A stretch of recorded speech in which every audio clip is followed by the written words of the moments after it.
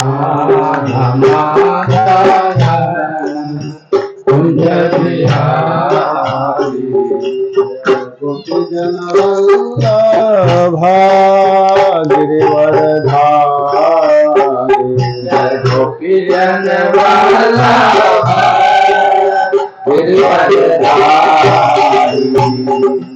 यशोदानंदन व्रज जनरंजन यशोदानंदन व्रज जनरंजन यशोदानंदन व्रज जनरंजन यशोदानंदन व्रज जनरंजन यमुना तीरा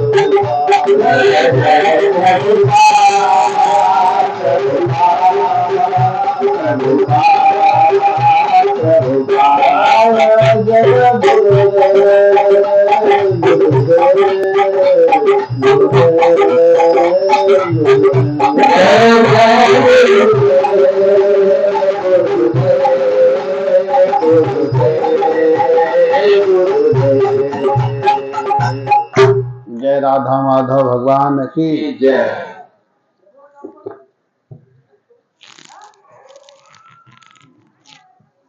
हरे कृष्णा।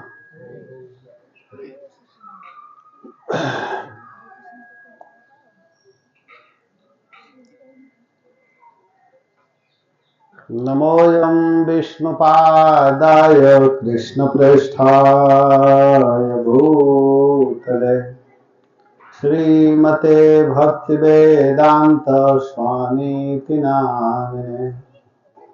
नमस्ते सारस्वती देवे गौरवाणी प्रचारिणे निर्विशेष शून्यवादी पाश्चात्य देशतारिणे। ध्येयं सदा परिभवार्णमभीष्टदोहं तीर्थास्पदं शिवगिरिं शरण्यं भृत्यार्तिहं प्रणतपालभवाब्धिपोतं वन्दे महापुरुषते चरणारविन्दम्। जय श्री कृष्ण चैतन्य प्रभु नित्यानंद श्री अद्वैत गदाधर श्रीवासादि गौर भक्तवृंद। हरे कृष्णा कृष्णा कृष्णा हरे हरे हरे राम राम राम हरे हरे। ओम नमो भगवते वासुदेवाय। ओम नमो भगवते वासुदेवाय। ओम नमो भगवते वासुदेवाय। ओम नमो भगवते वासुदेवाय। ओम नमो भगवते वासुदेवाय। ओम नमो भगवते वासुदेवाय। हरे कृष्णा। तो आप लोग कल श्रीमद् भागवत कथा सुनने के लिए आए हुए थे। आज भागवत कथा का दूसरा दिन है। कल सुन रहे थे कि किस प्रकार भगवान व्यासदेव जो अनेक ग्रंथों की रचना किए हैं, लिखे हैं, लेकिन उनको जब शांति, सुख, प्रसन्नता नहीं मिल रहा था तो उनके गुरु महाराज नारद जी ने बताया कि आप जीवन में बहुत काम किए हो, लेकिन एक ऐसे ग्रंथ की रचना करो जिसमें केवल भगवान का वर्णन हो और कुछ भी उसमें ना हो, केवल भगवान के ही विषय में वर्णन किया गया हो। और इतना कह करके नारद जी जब चले गए तब भगवान व्यासदेव जी बद्रिक आश्रम में, बद्रीनाथ अगर आप लोग गए होंगे तो देखे होंगे, स्थान है गंगा जी के तट पर, बहुत पवित्र जगह है। वहां पर व्यासदेव जी बैठ करके और भागवत की रचना की। पहले तो भगवान को देखे, दृष्टिपात किए, अनुचिंतन, भगवान का स्मरण किए, चिंतन किए, और इसके बाद देख रहे हैं कि एक तरफ तो भगवान है और दूसरे तरफ उनकी जो माया है वो है। भगवान का दर्शन किए और इसके बाद क्या देखे? भगवान की माया, माया का दर्शन किए।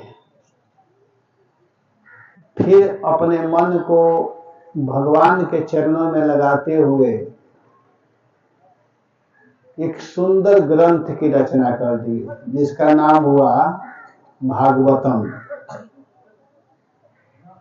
लोकस्या जानतो विद्वान चक्रे सात्वत संहिता, सात्वत संहिता की रचना की। सात्वत संहिता चक्रे, विद्वान, विद्वान जो व्यासदेव जी हैं, जो सब कुछ जानने वाले हैं, वो भगवान व्यासदेव जी ने सात्वत संहिता श्रीमद् भागवतम की रचना की। बहुत सुंदर ग्रंथ को लिखे। उसके विषय में बताया जा रहा है कि वो भागवत कैसा है, जिसको लिखे उससे क्या लाभ मिलता है, क्या फायदा हुआ। तो कह रहे कि इतना सुंदर ग्रंथ है श्रीमद् भागवतम कि यस्याम वही श्रूयमाणायाम कृष्णे परम पुरुषे भक्ति उत्पद्यते पुंसः शोक मोह भयापहा। कह रहे हैं कि जिस श्रीमद् भागवत नामक जो सात्वत संहिता है, जिनकी रचना की है, जिन भागवत को लिखे, वही पुंसः, उस भागवत को अगर कोई सावधानी पूर्वक केवल श्रवण कर लेने से ही, अगर उसको कोई सुन ले, श्रवण कर ले, श्रवण करने मात्र से ही निश्चित ही परम पुरुषे कृष्ण, जो परम पुरुष भगवान कृष्ण है। कृष्ण कौन है? परम पुरुष है। परम पुरुष का मतलब होता है कि उनसे बढ़ करके और कोई नहीं है। समझ में आता है ना आप लोगों को? अगर नहीं आता होगा तो मैं कथा चेंज कर दूंगा, क्योंकि आप लोगों के लिए ही कथा हो रही है। यहाँ तो कोई वैसे भक्त लोग बैठे नहीं है जो कि बहुत ध्यान से सुनने वाले हैं। तो आप लोग बता दीजिएगा, क्योंकि हमारी कथा करने की स्टाइल अलग है। बड़े बड़े विद्वानों के बीच में भी करता हूँ और जो छोटे छोटे जो कुछ नहीं जानते उनके बीच में भी करता हूँ। ये नहीं कि बस एक ही स्टाइल है, स्टाइल अलग है, वही नचाने लगूंगा, सब नाचने लगेंगे। ठीक है ना? तो आप लोगों को अगर कहीं भी कठिनाई हो तो बता देना, लेकिन मैं सोच रहा हूं कि थोड़ा सा सैद्धांतिक बात भी बताना चाहिए। तो यह जो भागवत है, भागवत सुनने से क्या लाभ है? जैसे आप लोग काम छोड़ करके, माता जी लोग, बच्चियां, बच्चे, पुरुष लोग बेचारे खेती छोड़ करके आ रहे हैं। कोई इसमें बैठ कर सोचता होगा कि अरे यार इतना दूर मैं आया, धूप भी लग रहा है, पसीना भी आ रहे हैं, तो इससे क्या लाभ मिलेगा? इससे तो अच्छा था कि हम खेत में कुछ गन्ना की क्या करते हैं, छिलाई कर देते हैं, सफाई कर देते हैं, कुछ खेती कर लेते हैं, घर में कुछ काम कर लेते हैं, उससे तो कुछ लाभ होगा। इस पंडाल में आने से क्या लाभ है? सुनिएगा कितना बड़ा लाभ होने वाला है, बहुत बड़ा लाभ होने वाला है इसमें आने से। जो इस कथा में आकर के श्रवण कर रहे हैं, कह रहे हैं कि यस्याम वही सूर्यमाणायाम, जिस श्रीमद् भागवत नामक सात्वत संहिता के श्रवण कर लेने से अगर कोई इस भागवत को सुन लिया तो सुनने से ही निश्चित ही पुरुष किसी भी जीव की, वो कोई भी व्यक्ति क्यों न हो, कोई भी पुरुष क्यों न हो, परम पुरुष कृष्ण है। परम पुरुष भगवान कृष्ण में, भगवान कृष्ण में क्या हो जाता है? भक्ति उत्पद्यते, भक्ति उत्पन्न हो जाती है। और सुनने से क्या होता है कि शोक मोह भयापहा, सुनने से ही व्यक्ति के शोक मोह और भय का नाश हो जाता है। यह भागवत जो है शोक मोह और भय को नष्ट करने वाली है। संसार में सभी लोग दुखी हैं, कोई तन दुखी, कोई मन दुखी, कोई धन बिन रहता उदास, कोई शरीर से दुखी है, कोई धन बिना दुखी है। किसी के पास इतना पैसा है, इतना पैसा है कि उस पैसा को रख नहीं पाता, लेकिन उसके शरीर में अनेक रोग हैं। इतने रोग है कि वो रबड़ी नहीं खा सकता, वह घी नहीं खा सकता है, वह तेल मसाला नहीं खा सकता है। तो धन रहने से क्या फायदा है? धन तो खूब है लेकिन खाने के लिए शरीर ही नहीं है, पेट ही काम नहीं कर रहा, तो बेचारा दुखी है ना। और किसी के पास पेट सही है, शरीर सही है, लेकिन उसके पास पैसा ही नहीं है, ये भी समस्या है। और किसी के पास पेट भी सही है, धन भी है, लेकिन मन खराब है, तो सभी लोग दुखी हैं। लेकिन इन तीनों प्रकार के दुख को दूर करने वाला क्या है? श्रीमद् भागवतम। अगर कोई इसको सुनता है, केवल सुनने मात्र से उसका सारा समस्या दूर, शोक मोह और भय। शोक मोह भय का मतलब है, शोक कहते हैं जो भूतकाल में बीत चुका है, भूतकालिक दुख। अगर कोई अपने घर के स्वजन संबंधी का शरीर छूट गया है या कुछ घटना हो गई है पहले की, तो उसको याद करके दुखी हो जाते हैं। जब याद आता है तो दुख होने लगता है। लेकिन इस कथा को सुनने से, भगवान के नाम गाने से वह दुख दूर हो जाता है। उसको भूतकालिक दुख कहते हैं, जो पहले बीत चुका है। और दूसरा होता है मोह। मोह कहते हैं वर्तमान काल के दुख को। तो वर्तमान में जो समस्या है उसको भी दूर करने वाला भगवान की कथा है।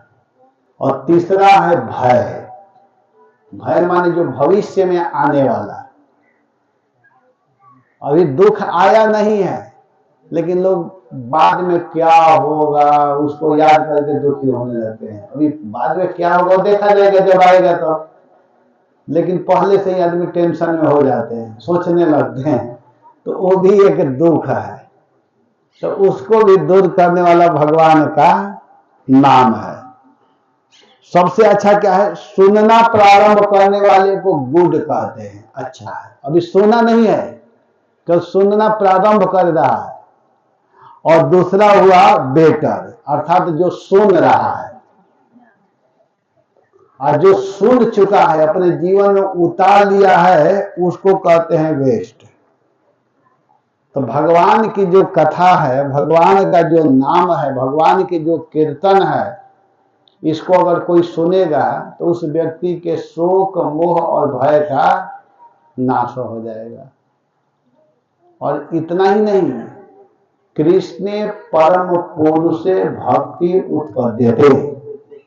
जो परम पुरुष भगवान कृष्ण हैं उनमें उसकी भक्ति होने लगती है। भक्ति का मतलब क्या हुआ?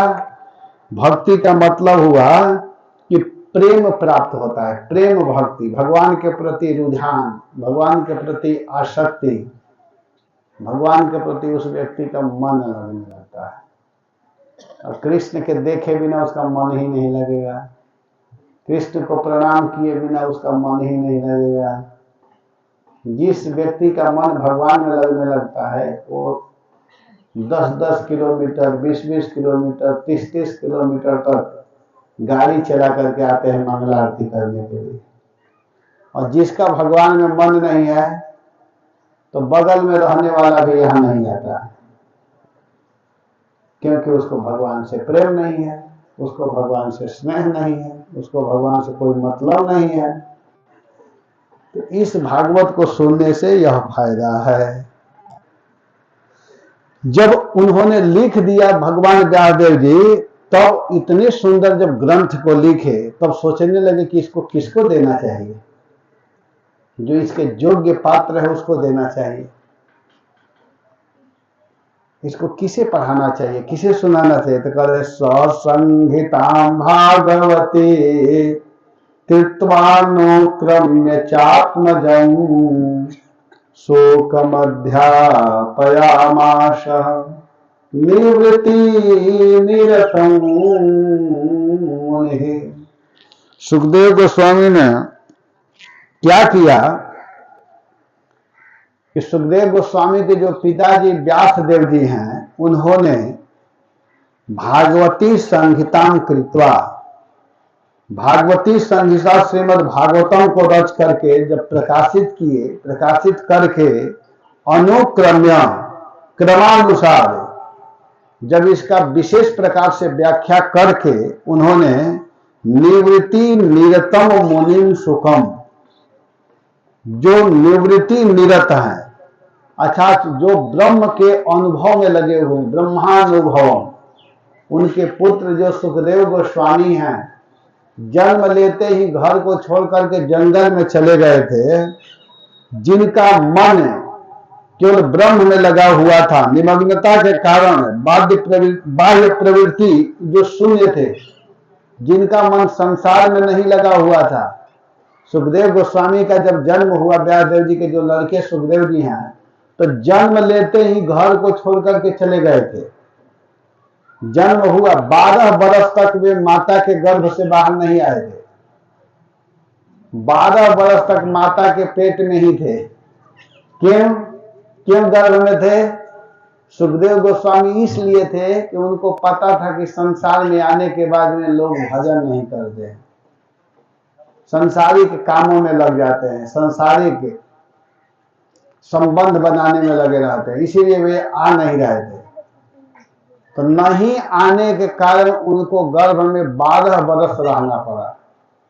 और जब उनको कहा गया कि आप चिंता मत कीजिए, आपको माया बाधित नहीं करेगी, आप जल्दी बाहर आइए, तब सुखदेव गोस्वामी ने क्या किया कि 12 वर्ष के बाद माता के गर्भ से बाहर आए और आते ही सन्यासी बन गए, जंगल में चले गए। व्यासदेव जी को बड़ा दुख हुआ था, उनका लड़का 12 वर्ष का लड़का जन्म लेते ही 12 वर्ष जैसा हो गए थे, और जब जाने लगे तो व्यासदेव जी रोक रहे थे उनको कि रुको रुको रुको, कहाँ जा रहे हो बेटा, लेकिन वे नहीं रुके और जंगल में जाकर के ध्यान करते थे, ब्रह्म का चिंतन करते थे। लेकिन जब सुखदेव गोस्वामी ब्रह्म में लगे हुए थे तो इधर व्यासदेव जी ने जब भागवत की रचना किया तो उन्होंने अपने उसी पुत्र सुखदेव गोस्वामी को पढ़ाना चाहा। क्यों पढ़ाए? इसलिए पढ़ाए कि उनका अपने पुत्र के प्रति स्नेह है, प्रेम है, और भगवान के परम सुख को व्यासदेव जी ने अनुभव किया।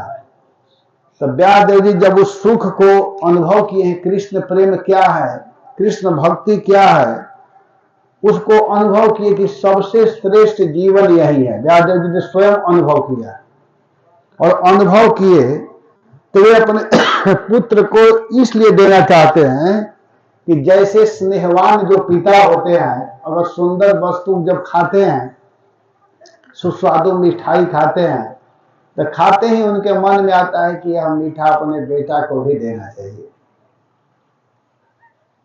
इतना सुंदर यह मिठाई है, बेटा के लिए भी ले जाना चाहिए, देना चाहिए, क्योंकि पुत्र के प्रति उनका स्नेह है, प्रेम है।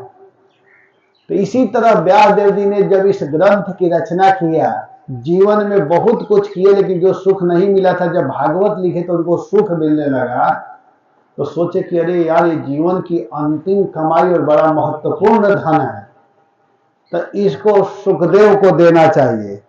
जैसे पिता अपने पुत्र के लिए सुस्वादु मिष्ठान देता है, वैसे ही कृष्ण प्रेमानंद का आस्वादन कराने के लिए हमारा पुत्र कृष्ण के रूप, रस आदि के विषय में अनुभव कर सके, इसलिए सुखदेव गोस्वामी को भगवान व्यासदेव जी ने अध्यापयामास, इस श्रीमद् भागवतम को पढ़ाए।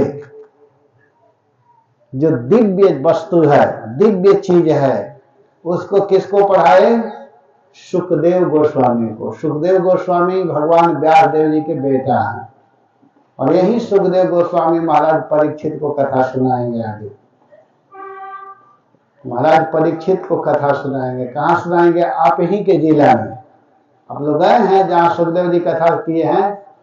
सुखताल, मुजफ्फरनगर से लगभग 30 किलोमीटर है सुखताल। तो वहीं पर इस भागवत को सुखदेव गोस्वामी ने कहा था।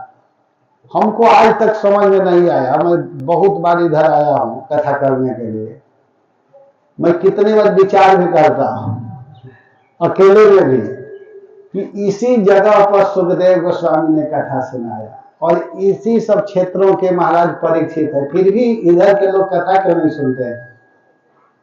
मैं बहुत बार विचार करता हूं।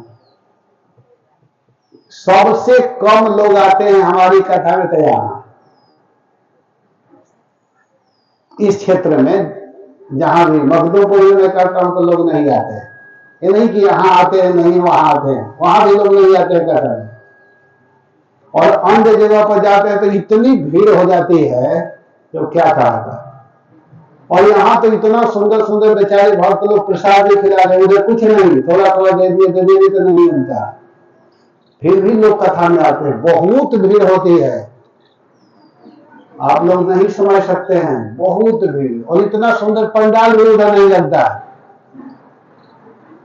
बिहार में चले जाइए, मधुबनी के तरफ, जनकपुरी के तरफ चले जाइए, नेपाल में, बंगाल में चले जाइए, उड़ीसा में चले जाइए, इतनी भीड़ होती है कि क्या कहा जाए। तो मैं कभी कभी विचार करता हूं कि कलयुग में महाप्रभु बंगाल में ही जन्म लिए, इन्हीं सबको देख करके उधर शायद आए महाप्रभु।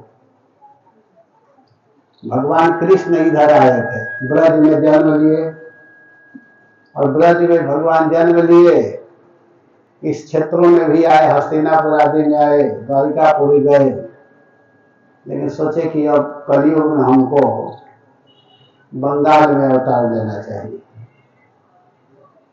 आप लोगों के यहाँ तो बहुत प्रेम से कथा में आना चाहिए, इतने सुंदर बेचारे व्यवस्था किए हैं भक्त लोग। कथा का समय है 2, 5 बजे समापन करना है, 1.5 घंटा समय बचा हुआ है, क्या सुनेंगे कथा।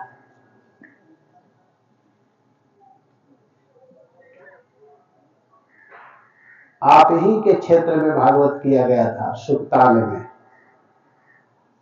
सुखदेव गोस्वामी महाराज परीक्षित को कथा सुनाए, और उस समय देवर्षि, राजर्षि, ब्रह्मर्षि, बड़े बड़े लोग एकत्रित हो गए थे, इतनी भीड़ हो गई थी, और किसी को बुलाया नहीं गया था। इस समय तो पंपलेट भी दिया गया है 1-1.5 महीना पहले से ही, 2 महीना पहले से ही, और हर एक साल लोग जानते ही कि कथा होती है होली में। जिसको प्रेम होता तो बिना पंपलेट के आ जाना चाहिए, पूछना चाहिए कि कब से कथा होली तो आ रही है, आ जाना चाहिए कथा में। इतने लोग आ गए, इतने लोग आ गए, वहां भीड़ मच गया और सब लोग बैठे हुए थे पहले से। ये नहीं कि सुखदेव गोस्वामी जब आए तब धीरे धीरे श्रोता लोग आना चालू किए, पहले से ही सब लोग बैठे हुए थे। और जब सुखदेव गोस्वामी आए तो देखे कि वहां भीड़ लगी हुई है और सुखदेव गोस्वामी को आते ही सभी लोग खड़े हो गए। महाराज परीक्षित ने बहुत सुंदर प्रश्न किया। प्रश्न क्या किए हैं महाराज परीक्षित मालूम है? महाराज परीक्षित ने प्रश्न किया कि जिस व्यक्ति को निश्चित रूप से मरना है, जो निश्चित रूप से मरने वाले व्यक्ति हैं, उनको क्या करना चाहिए, उनको क्या सुनना चाहिए, क्या बोलना चाहिए और क्या नहीं करना है, क्या नहीं सुनना है, क्या नहीं बोलना है, उनका प्रश्न है। यहीं से कथा चालू ही हुई है। महाराज परीक्षित का प्रश्न कि जो व्यक्ति निश्चित रूप से शरीर छोड़ने वाले हैं, उनको क्या करना है। और हम समझ रहे कि जितने लोग हैं सब मरने वाले हैं, कोई इसमें अमर बन करके नहीं आया। तो जब इस तरह के प्रश्न किए तो सुखदेव गोस्वामी को बहुत अच्छा लगा। सुखदेव गोस्वामी कहे कि संसार में लोग दूसरा दूसरा प्रश्न करते हैं, हमारा बिजनेस कैसे अच्छा से चलेगा, बताइए हमारा उम्र कितना है, हमारे भाग्य में धन है कि नहीं है, मेरा विवाह होगा कि नहीं होगा, मेरा मकान बनेगा कि नहीं बनेगा। यही सब झंझट में संसार फंसा हुआ, यही सब पूछते रहते हैं। और इसी को जो बताता है उसकी पूजा बहुत ज्यादा होती है। झूठ सच बता दिया, बस उसके यहाँ भीड़ लगा हुआ है, धन भी देंगे, प्रणाम भी करेंगे, भीड़ भी जुटेंगे। लेकिन महाराज परीक्षित ने यह प्रश्न नहीं किया। महाराज ने किया कि जो निश्चित रूप से शरीर छोड़ने वाले व्यक्ति हैं, उनको क्या करना चाहिए, क्या सुनना चाहिए, क्या बोलना चाहिए और क्या नहीं सुनना है, क्या नहीं बोलना है, क्या नहीं करना है। सुखदेव गोस्वामी को बड़ा अच्छा लगा प्रश्न। सुखदेव गोस्वामी कहे कि देखो, जो इस जीवन में भी सुखी रहना चाहता है और इस जीवन के बाद में भी सुखी होना चाहता है, तो उसे तो केवल एक ही काम करना पड़ेगा। तस्मात् भारत सर्वात्मा भगवान हरिरीश्वर श्रोतव्य कीर्तितव्य स्मर्तव्यम चेक्षता भयम। उसे केवल भगवान के विषय में ही सुनना, कीर्तन करना। वो भगवान कौन है? तो सर्वात्मा है, वो हरि है।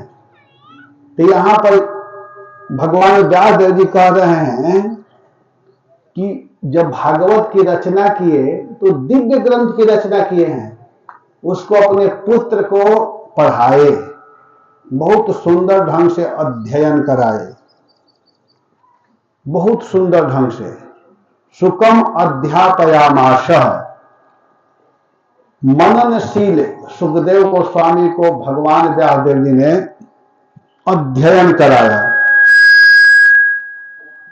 जो प्रधान है भगवत भक्ति में, जो श्रेष्ठ है, उस ग्रंथ का अध्ययन कराए। सौनक जी कहते हैं, सुत गोस्वामी इस कथा को सुना रहे हैं, तो सौनक जी कहते हैं कि सवै निवृत्ति निरतः सर्वत्रोपेक्षको मुनिः कस्य वा बृहति नेताम् आत्मा रामः समभ्यसत्। कहें कि हे भगवान, सुखदेव गोस्वामी तो ब्रह्म के आनंद का अनुभव करते थे, संसारिक चीजों से उनका मन हटा हुआ था, अन्य किसी भी चीज में उनकी रुचि नहीं थी, वो आत्मानुभव में ही तृप्त, अर्थात बाह्य ज्ञान से शून्य थे, किसी भी वस्तु की अपेक्षा नहीं रखने वाले सुखदेव गोस्वामी मननशील थे, अपने आप में रमण करते थे। फिर कस्य वा एतां बृहतिं समभ्यसत्, फिर वह सुखदेव गोस्वामी किस कारण से इस बृहद श्रीमद् भागवत का अध्ययन किए। उनका प्रश्न है कि जो जन्म लेते ही सन्यासी हो गए थे, जंगल में चले गए थे और जंगल में जाकर के केवल भगवत चिंतन ध्यान में लगे हुए थे, उनको संसार से कोई लेना न देना, कोई मतलब ही नहीं था, तो फिर किस कारण से, किस उद्देश्य से इस बृहद श्रीमद् भागवतम का अध्ययन किए? आप कृपा करके बताइए। आखिर इसमें क्या विशेषता थी? उनका तो मन ब्रह्म में लगा ही था, ब्रह्म का अनुभव कर रहे थे, परमात्मा का अनुभव कर रहे थे, तो फिर कैसे इसको पढ़े, अध्ययन किए? आप हमको बताइए, हम जानना चाहते हैं, हम सुनना चाहते हैं। तब सुत गोस्वामी कहते हैं कि जानते हो क्यों सुने? जो भी श्लोक आ रहा है, इसी श्लोक पर हमारे गुरु महाराज ने 7 दिन तक श्रीमद् भागवत कथा किया था वृंदावन में। 98 में, 98 में गुरु महाराज वृंदावन में इस्कॉन मंदिर में इसी श्लोक पर 7 दिन कथा किया था, जो अभी आने वाला है। कहते हैं सुत गोस्वामी की आत्मा रामस्य निर्ग्रंथाय पेरोक्रमे कुर्वन्ति अहेतुकीं भक्तिं इत्थं भूतगो हरिः। आत्मा रामश्च मुनयः, आत्मा राम मुनिगण भी निग्रंथा अपि, विधि निषेधातीत अथवा अहंकार रूप हृदय ग्रंथिहीन हो करके भी उरूप क्रमे अनंत लीला विलासी भगवान में अहेतुकीं भक्ति कुर्वन्ति, अन्य वासना सुन भक्ति करते हैं। यत, क्यों करते हैं? क्योंकि हरिम इत्थं भूत गुण, गुण लीला आदि द्वारा सब चित्त हरणकारी भगवान श्री हरि एतादृश गुण संपन्न अर्थात सर्व चित्ताकर्षक गुण संपन्न है। जो बड़े बड़े मननशील मुनि लोग जो हैं, वे लोग भी भगवान के कथा को क्यों सुनते हैं? क्योंकि भगवान की ऐसी महिमा, ऐसा गुण, ऐसा स्वभाव है कि बड़े बड़े लोगों के मन को भी आकर्षित कर लेता है। इत्थं भूत गुणो हरि, आत्मा रामश्च मुनयः, जो अपने आप में रमण करने वाले हैं, उनके मन को भी आकर्षित करने वाला अगर कोई है तो वो भगवान है। भगवान की ऐसी लीला है, ऐसा गुण है, ऐसी विशेषता है कि उनके रूप को, उनके गुण को, उनके महिमा को जो व्यक्ति सुन लेता है तो वह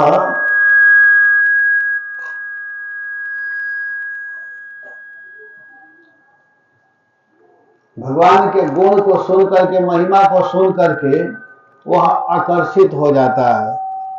क्योंकि यह भगवान के महिमा है, गुण लीला आदि द्वारा सबके चित्त को भगवान हरण कर लेते हैं।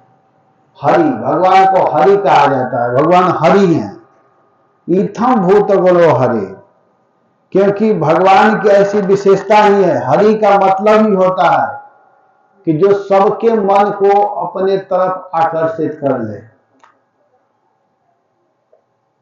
हरि के बहुत अर्थ है, 64 प्रकार का अर्थ किया गया है हरि का।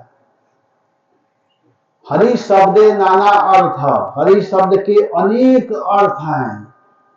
हरि शब्दे नाना अर्थ, दुई मुख्यतम, अनेक अर्थ है, उसमें 2 मुख्य है। 2 मुख्य क्या है?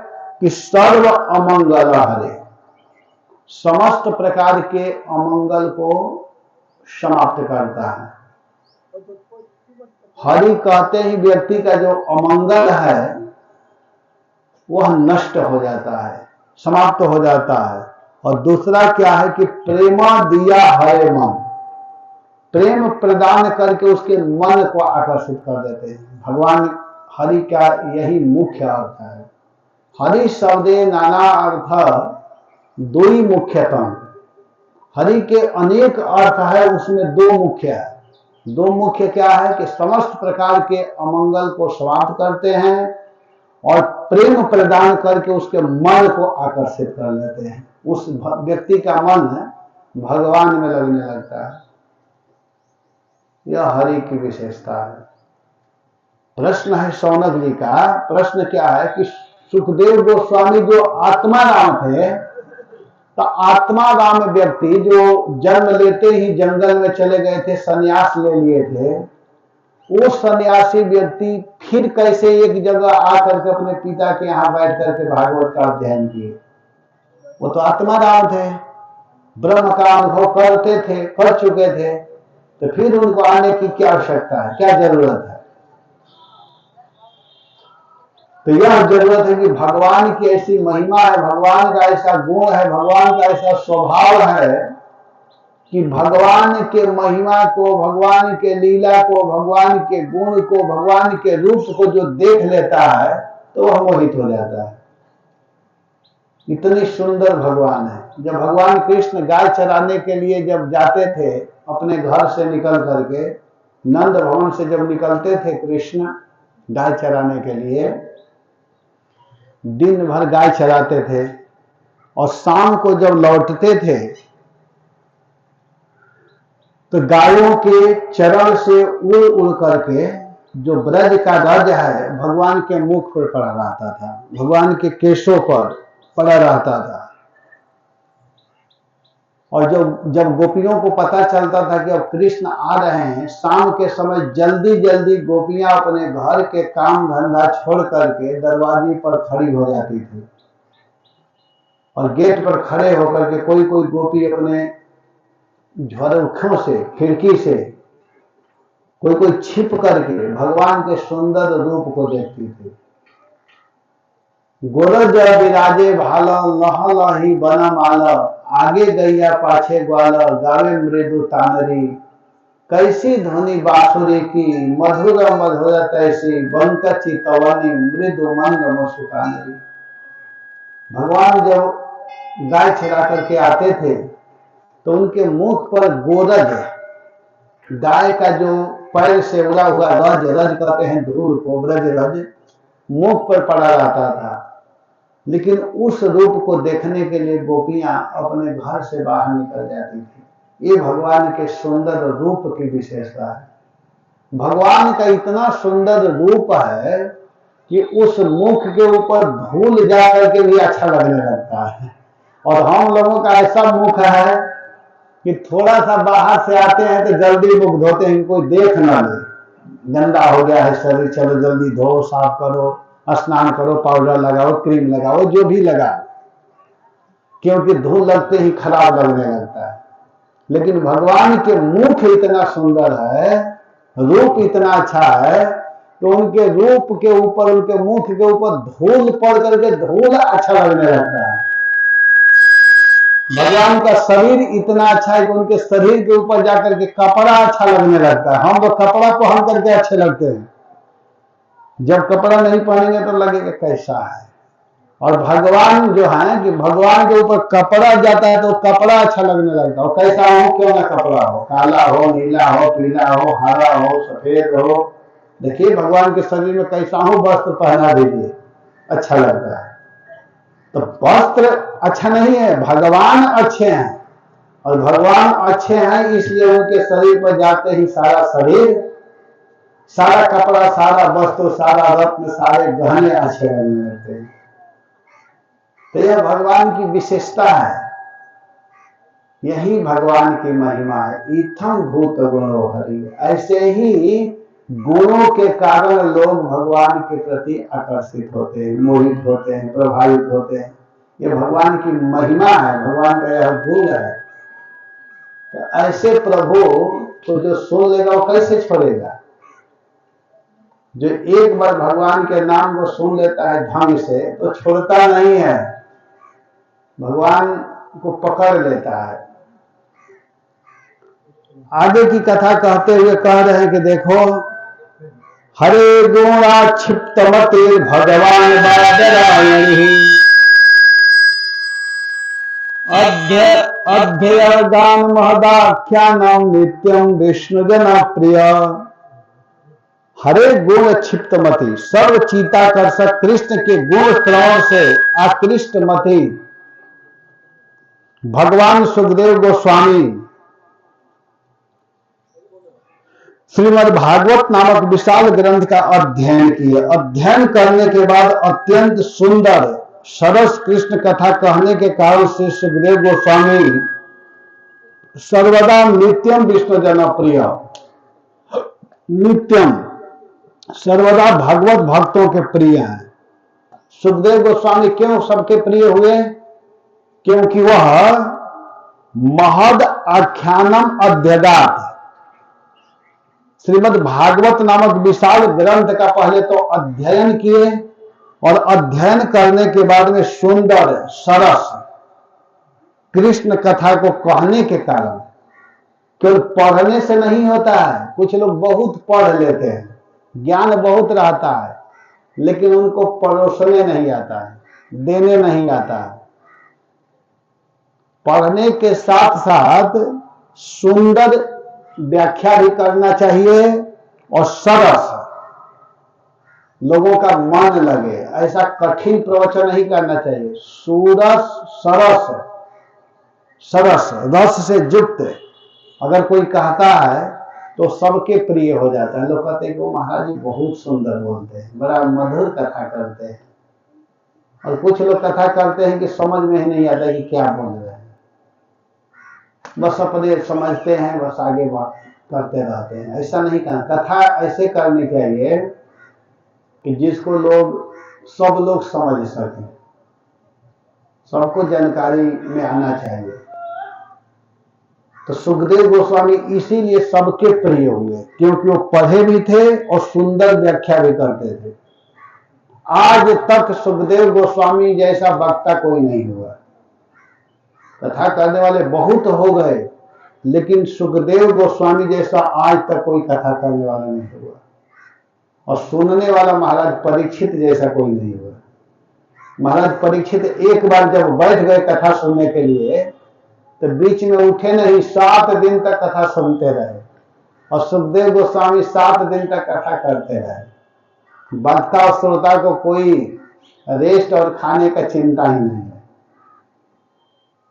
हम लोग ऐसे थोड़े हैं, सुनने वाले भी नहीं और कहने वाले भी नहीं। 2-2.5 घंटा होते होते बस हो गया, रहने दीजिए।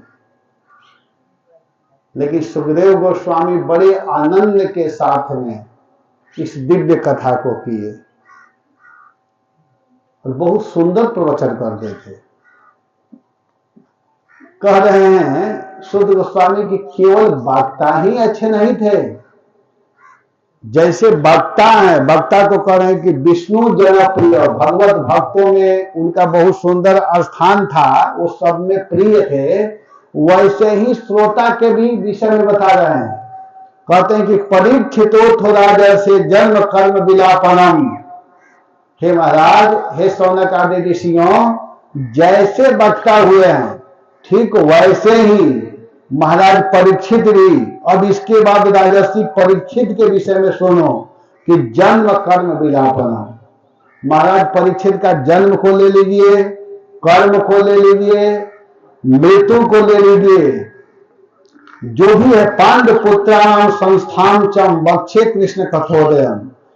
युधिष्ठिर आदि जो पांडु पुत्रों के महाप्रस्थान के विषय में कहूंगा, ये सब प्रसंग कृष्ण कथा के अवतारणा स्वरूप है, अर्थात इनसे कृष्ण कथा निकलती है। अगर परीक्षित के जन्म की बात कही जाए तो बिना कृष्ण कथा से चालू ही नहीं हो सकती है। अगर उनके बीच के जीवन को बताया जाए तो उसको बताने में कृष्ण कथा कहनी ही पड़ेगी। महाराज परीक्षित के मृत्यु के बाद कही जाए तो उसमें भी कृष्ण कथा लाना होगा। इतना ही नहीं, उनके जो पूर्वज युधिष्ठिर आदि पांडव लोग जो हुए हैं, उनके विषय में कहा जाए तो कृष्ण कथा ही लाना होगा। कोई सोचे कि बिना कृष्ण की चर्चा किए इन लोगों की कथा कह दी जाए तो कह ही नहीं सकते। ऐसे श्रोता साहब हैं। सुत गोस्वामी कह रहे हैं कि आप इतना ही मत सोचिए कि केवल वक्ता कृष्ण जनप्रिय है, विष्णु जनप्रिय है। जैसे वक्ता अगर एक तरह से देखा जाए तो वक्ता से भी 20 श्रोता साहब हैं कि श्रोता के जन्म के विषय में कहा जाए, कर्म के विषय में कहा जाए, मृत्यु के विषय में कहा जाए, उनके पिता आदि के विषय में कहा जाए, तो जिसके विषय में भी कहने के लिए जाएंगे तो उसमें कृष्ण कथा को कहना ही पड़ेगा।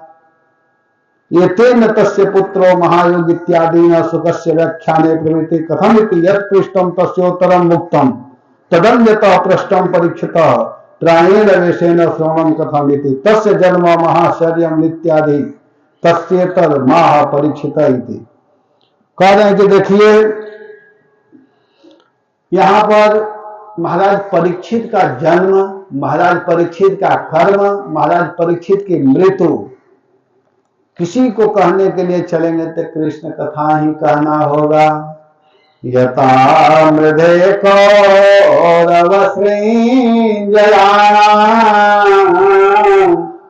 वीरेश्वथो वीरगतिं गतेषु वृकोदराविधगदा विमर्श भग्नोरुदंडे धृतराष्ट्रपुत्रे कौरव श्रृंजयानाम मृधे। कहें कि कौरव श्रृंजयानाम, कौरव पांडव, श्रृंजयो पंचालों के, मृधे माने युद्ध में, यदा वीरेषु वीर गतिम गतेषु अथ जब वीरगण वीर गति को प्राप्त हो गए, अथ उसके बाद तब अंत में धृतराष्ट्र पुत्र दुर्योधन के वृकोदरः विद्धगदा विमर्शम भग्नोरुदंड, जो धृतराष्ट्र के पुत्र दुर्योधन था उसको भीमसेन की गदा के आघात से जांघ टूट जाने पर, अब कथा प्रारंभ करते हुए कह रहे हैं कि जब महाभारत युद्ध हुआ था तो उसमें एक से एक व्यक्ति मारे गए, बड़े से बड़े लोग मारे गए, समाप्त हो गए, वीर गति को प्राप्त हो गए। प्रायः सब लोग मर ही चुके थे। जो दुर्योधन है उसके जंघा को भीमसेन ने अपने गदा से मार करके तोड़ दिया था, उसका जंघा टूट चुका था। ऐसे स्थिति में जानते हैं क्या हुआ, और वो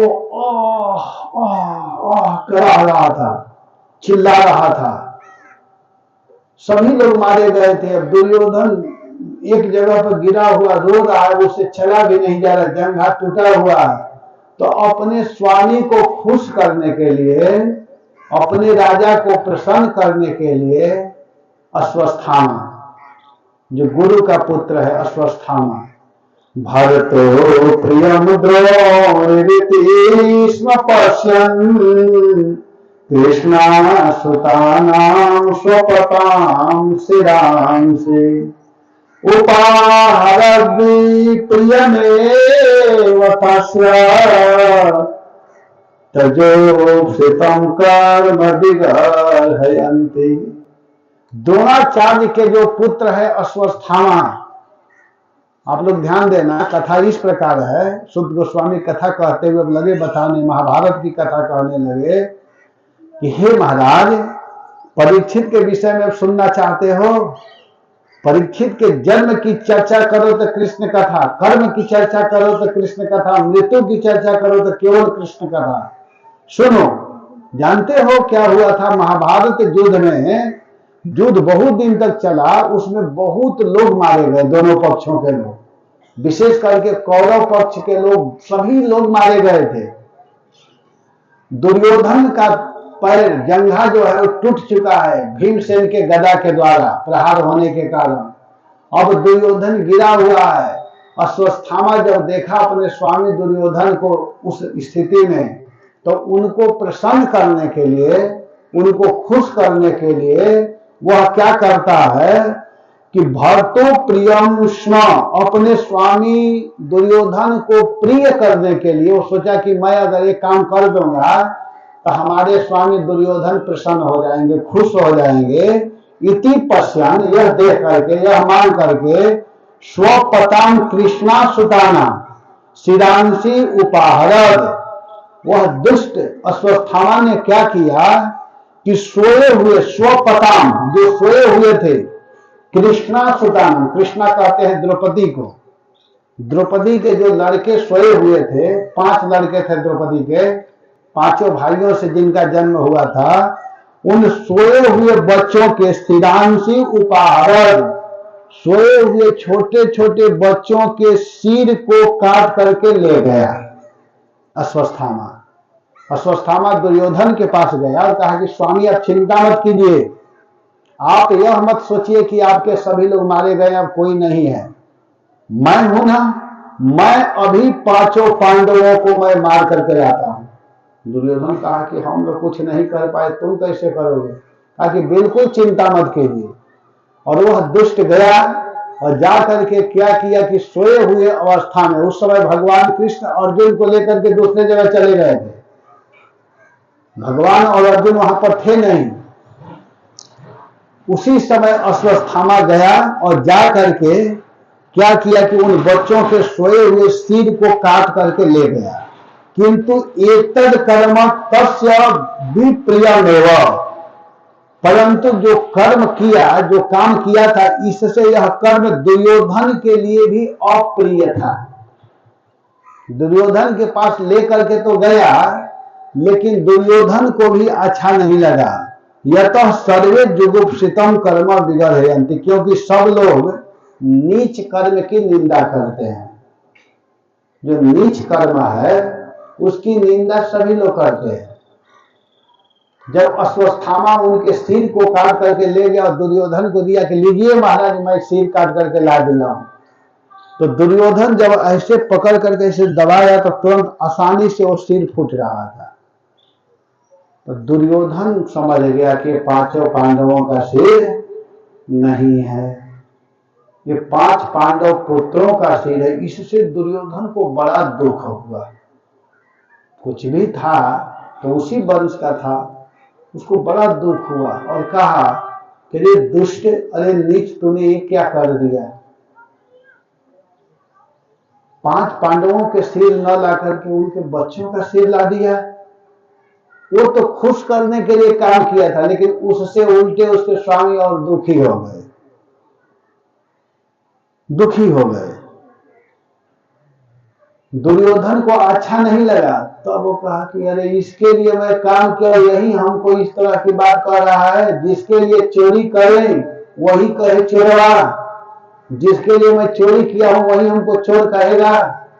मान लीजिए कि आपके लिए हम चोरी करने के लिए गए और आप ही कहे अरे चोर है, चोरी करके लाया है।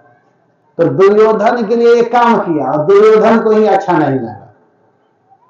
दुर्योधन भी इतना बदमाश नहीं था, नीच नहीं था कि छोटे छोटे बच्चों को मारकर लाएगा और उसको खुशी होगी। दुर्योधन बहुत बोला तो अश्वत्थामा को अच्छा नहीं लगा। और इधर क्या हुआ कि जब उन 5 लड़कों के सिर को काट करके ले गया था और जब द्रौपदी जी को पता चला तो द्रौपदी जी माता शिशूना निधनं सुतानां निशाम्य घोरं परितप्यमाना तदा रुदध्वास्पकलाकुलाक्षी तां सांत्वयन्नाह किरीटमाली। माता, उन 5 बच्चों की मां कौन है बताइए? द्रौपदी जी। द्रौपदी जी क्या की कि शिशूनाम सुतानाम निधनम निशम्य, उन बच्चों की माता द्रौपदी जब अपने प्रिय पुत्रों की मृत्यु के समाचार को सुनी तो सुन करके वाष्प कलाम कुलाक्षी, उनके नेत्रों से, आंखों से आंसू की धारा बहने लगी। छोटे छोटे बच्चे को मार दिया है, तो इसको देख करके, इसको सुन करके माता द्रौपदी रो रही है, बिलख रही है, हाय हाय हाय हाय, खूब रो रही है। बहुत दुखी है, संतप्त है। दुखी के कारण वो बार बार चिल्ला रही है, हाँ मेरे बेटा, हाँ मेरे पुत्र। घोर परितप्यमाना और उदद, वह इतनी दुखी हुई कि फूट फूट करके रोने लगी। जब किसी के घर में किसी की मृत्यु होती है, खास करके जो युवक होते हैं, जो बच्चे होते हैं, उनकी मृत्यु होने पर लोग बहुत रोते हैं। जिनका मृत्यु होने लायक हो गए हैं वो मरते हैं तो लोग उतना नहीं रोते हैं, कहते हैं अच्छा है बेचारे वृद्ध हो गए थे, अच्छा हुआ शरीर छूट गया। लेकिन जो बच्चे हो, जो जवान हो, उसकी मृत्यु होने पर स्वाभाविक लोग रोते हैं। तो द्रौपदी के 5 लड़कों को मार चुका है, फूट फूट करके रो रही है। तदा किरीट माली ताम सांत्वयन आह, उसी समय जब जोर जोर से रो रही थी उसी समय किरीट माली, उसी समय अर्जुन जी आ गए। भगवान कृष्ण अर्जुन को लेकर के गए थे दूसरे तरफ, लेकिन द्रौपदी जब जो रो रही थी, हाँ मेरे बेटा, हे मेरे पुत्र कहाँ चले गए, खूब रो रही थी, उसी समय अर्जुन जी आ गए। और जब अर्जुन जी आए तो तदा किरीटमाली ताम सांत्वयन आह, किरीटमाली अर्जुन उस द्रौपदी को, ताम ताम माने उस द्रौपदी को सांत्वयन आह, सांत्वना देते हुए बोले, समझाते हुए। उस समय समझाने का बड़ा महत्व होता है। उस समय अगर किसी के घर में ऐसी विपत्ति आ जाए और जो जाकर के पकड़ करके सहलाते हैं, समझाते हैं, मत रोइए, अगर कुछ भी बोलते तो उस समय लगता है कि कितना अच्छा, कितना सुख मिलता है। उस समय समझाना चाहिए। तो अर्जुन जी आए और आ करके अपनी पत्नी द्रौपदी को पकड़ करके कहते हैं, आप चिंता मत करो, आप रो मत। तदा शुचस्ते प्रमिजामि भद्रे यद ब्रह्म बंधो श्रेयाततायिनः गांडीव मुक्तैर्विशिखैरुपाहरे त्वाक्रम्य यस्मास्य सिद्धपुत्रः। कहते हैं कि हे कल्याणी, हे भद्रे, भद्रे भद्रे संबोधन है। कहते हैं हे कल्याणी, तुम्हारा मंगल हो, तुम्हारा कल्याण हो। यद गांडीव मुक्तई विशिखई, जब अपने इस गांडीव धनुष से छोड़े हुए तीक्ष्ण बाणों द्वारा, मैं अपने इस गांडीव धनुष से जब बाण छोड़ूंगा तो आततायिन ब्रह्मबंधो, जो आतताई है, बाल हत्यारा, बालकों के हत्या करने वाले को आतताई कहा जाता है। तो कह रहे कि जो आतताई, जो बाल हत्यारा है, आतताई, जो ब्राह्मण अधम अश्वत्थामा, अश्वत्थामा के सिर को, सिरह उपाहरे, सिर को काट करके तुम्हारे पास लाऊंगा। मैं अपने इस गांडीव धनुष पर बाण छोड़ूंगा और इस बाण से उस आतताई अश्वत्थामा के जब सिर कटेगा, उस सिर को जब तुम्हारे पास लेकर के आऊंगा, सिर को काट करके तुम्हारे पास लाऊंगा। यत तू आक्रम्य, जिस मस्तक को ही पैर से दबा करके, आसन बना करके तुम उसके सिर के ऊपर अपने पैर को रखना, उसको आसन बनाना। और दग्ध पुत्रान तुम स्नास्यसि, अपने पुत्रों का दाह संस्कार करने के बाद तुम स्नान करोगी। तुम उसके सिर के ऊपर अपने पैर को रख करके फिर अपने दग्ध पुत्रों का, जो तुम्हारे लड़कों को जो मृत्यु हुआ है, तो उसका दाह संस्कार करने के बाद तुम स्नान से आप स्नान करोगे। तदा ते शुचम प्रमृजामि, उस समय तुम्हारे जो नेत्र से आंसू बह रहे हैं, शोकाश्रुओं का परिमार्जन करूंगा, तब मैं आंसू पोंछूंगा। तुम चिंता मत करो, मैं अभी अभी उस दुष्ट के सिर को काट करके लाता हूं और तब मैं अपने हाथों से तुम्हारे आंसू को पोंछूंगा। अर्जुन जी प्रतिज्ञा कर दी है कि मैं ये करूंगा।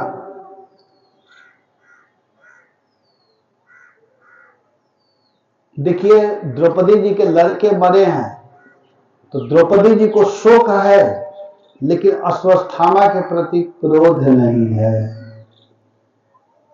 यही भक्त का पहचान होता है। उनको शोक है कि हमारे लड़के मारे गए, हमारे बच्चे मृत्यु को प्राप्त हो गए, उनको शोक है, लेकिन क्रोध नहीं है। इति प्रियामवल विचित्र जलपै सशांतयित्वा चितमित्र सूतः अन्वा द्रवदंसित उग्र धनवा कपि ध्वजो गुरुपुत्रम रथेन। कह रहे हैं कि अपनी प्रिया द्रौपदी को इस प्रकार वल्गु विचित्र जलपै शांतयित्वा, अपनी पत्नी द्रौपदी को अनेक मनोहर वाक्यों के द्वारा सांत्वना देकर के, जैसे भी वो समझ सके, शांत हो सके, उनका दुख दूर हो सके, अर्जुन जी ने समझाने का प्रयास किया। बहुत सुंदर सुंदर बात है कि तुम बिल्कुल चिंता मत करो, मैं हूं ना, अभी मैं तुम्हारे साथ हूं, तुम बिल्कुल चिंता मत करो। स अच्युत मित्र सुत, कृष्ण जिनके मित्र और सारथी हैं वे कपिध्वज अर्जुन। कपिध्वज किसको बोलते हैं? अर्जुन को। जिनके रथ के ऊपर ध्वजा है उसके ऊपर कपि है, हनुमान जी, उसको अर्जुन बोलते हैं। तो अर्जुन दंसित उग्र धनवा रथे न, कवच पहन करके अर्जुन जी क्या किए कि कवच पहन लिए और पहन करके अपना भयंकर गांडीव लेकर के रथ पर चढ़ गए और रथ पर चढ़ करके गुरु पुत्रम अनु आद्रवत, अश्वस्थामा का पीछा कर दिए। अश्वस्थामा भागने लगा। जब ही अर्जुन जी गांडीव धनुष पर बाण चढ़ाए और रथ पर चढ़े तो अश्वस्थामा भय के मारे क्या किया कि भागने लगा। अश्वस्थामा जानता था कि अर्जुन के सामने मैं टिक नहीं सकता हूं, तो भाग रहा है, लेकिन अर्जुन जी उसको छोड़ नहीं रहे। अर्जुन पीछे पीछे जा रहे। तमापतंतम सबिलक्ष दूरा कुमार हो दिग्नमनारथेन पराद्रवत प्राण परीक्षोर्व्याम यावद् गमम रुद्र भयाद यथार्कः। यथा अर्कः रुद्र भयेन, जैसे शंकर जी के भय से अर्क सूर्य भाग रहे थे और जाकर के बनारस में नीचे प्रवेश कर गए, वैसे ही अर्जुन के भय से अश्वस्थामा भाग रहा है। अश्वस्थामा दौड़ रहा है और अर्जुन जी रथ पर बैठे हुए उसका पीछा कर रहे हैं। वह बाल घाती अश्वस्थामा अर्जुन को दूर से ही रथ पर चढ़ करके बड़े वेग से आते हुए जब देखा, दूर से ही अर्जुन आ रहे हैं, तो उद्विग्न मना, व्याकुल हृदय होकर के प्राण परीक्षु, अपने प्राण को बचाने के लिए, अपने जीवन को रखने के लिए रुद्र के भय से जैसे सूर्य देव भागे थे, उसी प्रकार जहां तक जाने में समर्थ था वहां तक वह भाग रहा है। अश्वस्थामा भागते हुए जा रहा है, भाग रहा है, भाग रहा है, भाग रहा है, और अर्जुन जी उसके पीछा कर रहे हैं। वो भागते भागते कितना भागेगा, एक बार तो रुकना ही पड़ेगा। एक बार हम लोग कथा करने गए थे बिहार में। बिहार में गए थे, लगभग 7-8 साल पहले की बात है, और गंगा जी के किनारे गए थे स्नान करने के लिए। एक दिन हुआ क्या, मोकामा जगह है, मोकामा, वहां गंगा जी है। तो हम लोग स्नान कर रहे थे, सब हमारे साथ 8-10 लोग थे, तो स्नान कर रहे थे। तब तक एक लड़का भागते हुए आया बहुत तेजी से, इतना ही छोटा था, भागते हुए आया। तो मैं देखा क्यों भाग रहा है। तब तक उसके पीछे से 4-5 पुलिस वाले आ रहे थे। पुलिस सब लोग देखने लगे और भागते भागते अब क्या करेगा, हम सोचे और क्या करेगा, पुलिस आ गई। तब तक वो सीधा गंगा जी में चल दिया। मैं कहा यार वो तो डूब जाएगा। हम लोग इतना दूर जाकर के डर रहे हैं स्नान करने में, और सीधे गंगा जी में प्रवेश कर गया भागते भागते। और पुलिस वाला भी कुछ देर तक, इतना दूर तक गया पानी में, लेकिन वो उसमें तैरने लगा और पुलिस वाले यहीं खड़े हैं। मैं कहा कि अब तारी मरेगा। और हम लोग वहीं खड़े हैं। वो तैरते तैरते पूरा गंगा जी को पार कर गया। छोटा, मैं तो सोचा कि शायद उसको नहीं आता होगा, लेकिन वो चोर था, वो तो सब विद्या जानता था। वो पार हो गया और हम लोग सभी लोग देख करके आश्चर्यचकित। फिर मैं पुलिस वाले से पूछा कि हम लोग क्यों इसको पीछा करें, क्या बात है, मैं पूछा उन लोगों से। तो लोग कहेंगे अरे बहुत बदमाश है, बहुत चोरी करके भागा है, चोरी किया है। और वो लोग गाली भी दे रहे थे, गंदा गंदा गाली दे रहे थे पुलिस वाले। लेकिन अब क्या करेंगे, लोग तो इधर है, वो पार हो गया, उस पर चला गया, गंगा के उस पर, उधर कोई पुल कुछ नहीं था। तो भय के मारे कैसे व्यक्ति भागते हैं यहाँ पर वर्णन इसलिए मैं, लेकिन वहां तक गंगा जी आ गई, वो लोग सोचे जाने दो बात, कौन इतना पानी में कूदेगा, शायद वो लोग को तैरने भी ना आता हो। लेकिन अर्जुन जी उसको नहीं छोड़े, अश्वत्थामा भाग रहा है और अर्जुन पीछा कर रहे हैं। वो जा रहा है भागते हुए और इधर अर्जुन जी पीछे पीछे जा रहे हैं। यदा शरण्यम आत्मानं ऐक्षत श्रान्तर्वाजिनं अस्वं ब्रह्म शिरो में न आत्मत्राणं द्विजात्मजः। द्विजात्मजः ब्राह्मण द्रोणाचार्य का पुत्र अश्वत्थामा, द्विज आत्मजः, जो द्विज के आत्मज है, द्विज कहते हैं ब्राह्मण को, तो उनका जो आत्मज है, जो पुत्र अर्थात अश्वत्थामा, यदा जब अंतर्वादिनम आत्मानम, अपने रथ के घोड़े को बिल्कुल थका हुआ तथा अपने को भी बिल्कुल असहाय देखा, और देखा कि मेरे घोड़ा थक चुके हैं, वो भी रथ पर ही बैठा हुआ था। जब देखा कि मेरा घोड़ा अब चल नहीं सकता है और अपने को भी देखा कि अब मेरे पास कोई उपाय नहीं, अब मैं कुछ कर नहीं सकता हूं, तब जानते हो क्या किया कि रक्षक ही ने देखा, अपने को देखा कि अब हमारी रक्षा करने वाला कोई यहां पर नहीं है। तो इस स्थिति में देख करके ब्रह्म शिरम अस्त्रम, वो क्या किया कि अपनी रक्षा के लिए आमंत्रणम, मैंने अपनी रक्षा के लिए क्या किया कि ब्रह्म शिरम अस्त्रम, ब्रह्मास्त्र, ब्रह्मशील नामक अस्त्र को, जिसको ब्रह्मास्त्र कहते हैं, उसी को अपना रक्षक माना। और रक्षक मानते ही उसने क्या किया कि तुरंत ब्रह्मास्त्र का प्रयोग कर दिया। ब्रह्मास्त्र हमेशा नहीं छोड़ना चाहिए, लेकिन अपने प्राण रक्षा के लिए अश्वत्थामा ने क्या किया कि अशरणम रक्षक रहितम, देख लिया कि मेरी रक्षा करने वाला कोई नहीं है, ननु पालयन में हमारा कोई रक्षा नहीं कर पाएगा, रक्षकम अस्ति न तस्यापि कुंठित्वादित्याः श्रांतावादिनो जस्यतम ब्रह्म शिरो अस्त्रम, अर्थात जो ब्रह्म शिर है, जिसको ब्रह्मास्त्र कहते हैं, द्विज आत्मजम इत्य दीर्घ दर्शितम आह।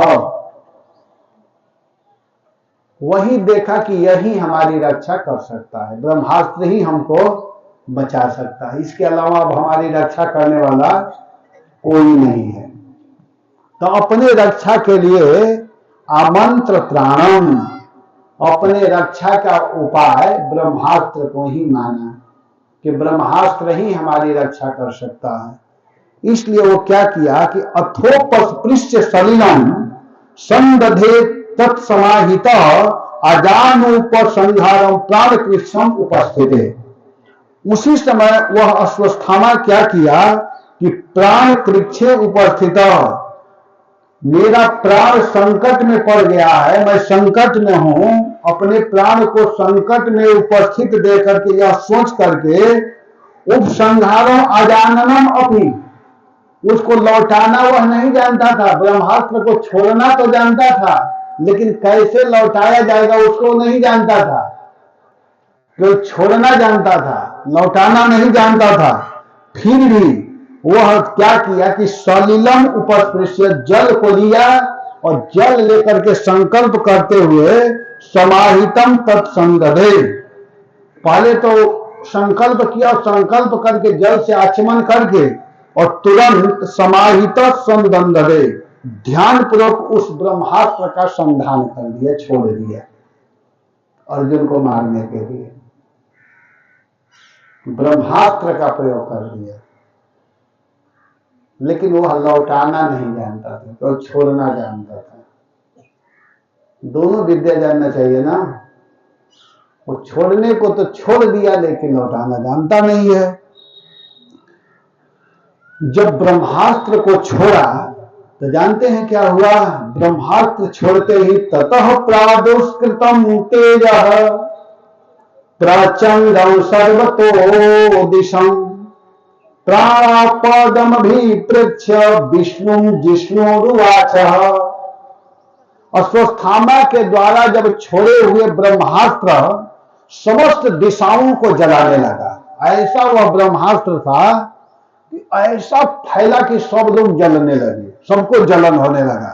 ये नहीं कि केवल अर्जुन के पास आ रहा है। जैसे कोई ब्रह्मास्त्र छोड़ देता, आप लोग बैठ नहीं सकते हैं। इस समय आग जला दिया जाए और उसके पास खड़ा होने को कहा जाए तो कैसा लगेगा? भक्ति परायण जी, इनको आज मैं खड़ा कर रहा था, लेकिन ये भाग रहे थे। सुबह में हम लोग आ रहे थे टहलते हुए, एक जगह आग जल रहा था, तो मैं कहा थोड़ा ही आइए, इनको पकड़ करके उधर ले जा रहा था। ये भागे बहुत तेजी से। मैं कहा क्यों भाग रहे हैं? फिर मैं बताया कि देखिए आज इससे आप भाग रहे हैं और ठंड के दिन में इसके पास भाग करके आएंगे। एक दिन इसका महत्व होता है, आज इससे आप भाग रहे हैं। जैसे इस समय अग्नि किसी को अच्छा नहीं लगता है, लेकिन वही जाड़ा के दिन में लोग सोचते हैं कि आग मिल जाता तो बहुत अच्छा रहता, हीटर रहता तो बहुत अच्छा रहता। तो ऐसा जलन होने लगा कि सर्वतो दिशम प्रचंडम तेजः, समस्त दिशाओं में व्याप्त हो जाने वाला प्रचंडम तेजः, भयंकर ताप और प्रकाश उत्पन्न हो गया। प्रादुष्कृतम, सब जगह प्रकाश और तेज। उस तेज से प्राणापदम, प्राण विनाश भी हो सकता था, लोगों की मृत्यु हो सकती थी। अभिप्रेक्ष्यम, इसको देख करके अर्जुन ने देखा, तो उसको देख करके जिष्णु विष्णु उवाच, जिष्णु कहते हैं अर्जुन को। जिष्णु का मतलब होता है, जिष्णु का अर्थ क्या होता है जानते हैं? जो युद्ध में सदा जीतते हो, जिनको कोई परास्त न कर सके, उसको जिष्णु कहते हैं। अर्जुन जी हमेशा युद्ध में जीत जाते थे। जिष्णु का मतलब यही है। तो जिष्णु विष्णु उवाच, अर्जुन जी देखे कि इस तरह सब जल रहा है, तो जिष्णु माने अर्जुन ने विष्णु उवाच, विष्णु से कहा। भगवान कृष्ण साथ में थे। विष्णु कौन है? कृष्ण। और जिष्णु कौन है? अर्जुन। बच्चों का नाम आप लोग जिष्णु भी रख सकते हैं, जैसे विष्णु रखते हैं वैसे जिष्णु, किरीटमाली, ये सब अर्जुन जी का नाम है। तो जिष्णु विष्णु उवाच, जिष्णु अर्जुन जी ने विष्णु भगवान कृष्ण से उवाच माने कहा। अर्जुन जी भगवान से बोलने लगे उस तेज को देख करके कि सब लोग दग्ध हो रहे हैं, सबको जला रहा है। वो समझ नहीं पा रहे कि ये आग कहां से आ रहा है। अर्जुन को समझ नहीं आ रहा है। आग का ऐसा प्रचंड तेज प्रकाश को देखे जब अर्जुन, तो भगवान कृष्ण से कहने लगे। क्या कहते हैं? कहते हैं कृष्ण कृष्ण महाभाग। अर्जुन वाच, अर्जुन बोल रहे हैं कृष्ण कृष्ण महाभाग भक्ता नाम भयंकर त्वमेको दह्यमाना अपवर्गो से संस्कृत है। कृष्ण कृष्ण, हे कृष्ण, हे कृष्ण, महाबाहो, हे महाबाहो, हे बलशाली कृष्ण, भक्ता नाम अभयंकर, आप भक्तों के भय को दूर करने वाले हैं, आप अभय पद देने वाले हैं। हे कृष्ण, आप ही सबको सुखी कर सकते हैं, आनंद दे सकते हैं। संस्कृति दह्यमाना नाम, देखिए, संसार दवानल से दह्यमानम दग्ध होते जीवों का अपवर्ग त्वम एक असी। संसार दवानल से बचाने वाले, नाश करने वाले केवल एक आप हैं। त्वम एवं एक असी, आप ही हैं, आपके अलावा और कोई व्यक्ति नहीं है। संसार दवानल से बचा सकते हैं, रक्षा कर सकते हैं, तो हे कृष्ण आप हैं। संसार जल रहा है कृष्ण, हे विष्णु आप रक्षा कीजिए, आपके अलावा कोई रक्षा करने वाला नहीं। भक्ता नाम अभयंकर अपवर्ग, आप ही मोक्ष स्वरूप। तुम्हें को अर्जुन का अनुभव भक्तों के उद्धार के शिक्षा के लिए यहाँ पर प्रभुपाद जी बता रहे हैं, कहते हैं कि अपवर्ग आप ही मोक्ष स्वरूप त्राण करता है, मोक्ष प्रदान करने वाले, दुख को दूर करने वाले आप ही हैं। अतः हमारा संसार दवानल आप नष्ट कर सकते हैं। इस सामान्य अग्नि के विषय में क्या कहना है? आप संसार दवानल को दूर कर सकते हैं तो साधारण अग्नि है, इस अग्नि की क्या बात है? भक्ता नाम भयंकर, भक्तों को अभय प्रदान करने वाले आप हैं। भक्ता नाम भयंकर, आप भक्तों को सुख देने वाले हैं। हे सुख देने वाले कृष्ण आप रक्षा कीजिए, आप ही रक्षा कर सकते हैं। हे प्रभु आप रक्षा कीजिए।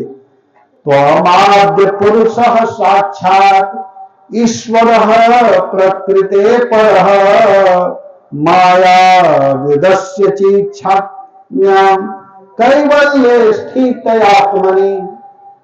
कह रहे हैं कि तुम आप ही माया से अतीत, माया संग आदि से प्रकृति पर, प्रकृति अर्थात माया से अतीत, माया संग से विवर्जित, आद्य सर्वादि सर्व मूल स्वरूप, सबके मूल आदि आप ही आदि हैं, आप ही सर्वमूल स्वरूप, साक्षात पुरुष, आप ही परम पुरुष हैं, आप ही स्वयं भगवान हैं, आप आदि पुरुष हैं, आपसे बढ़ करके कोई नहीं है, परम पुरुष हैं। परम पुरुष का मतलब ही हुआ कि आप सर्वश्रेष्ठ हैं। इसीलिए ब्रह्मा जी ने कहा है कि ईश्वर परमः कृष्ण सच्चिदानंद विग्रह अनादिरादि गोविंद सर्व कारण कारण। ईश्वर परमः कृष्ण, ईश्वर अगर कोई है तो कृष्ण है। और कैसे हैं? तो परम ईश्वर, परमेश्वर, परमेश्वर कृष्ण को कहते हैं। हम लोग किसी को परमेश्वर बोल देते हैं, लेकिन परम ईश्वर केवल भगवान है।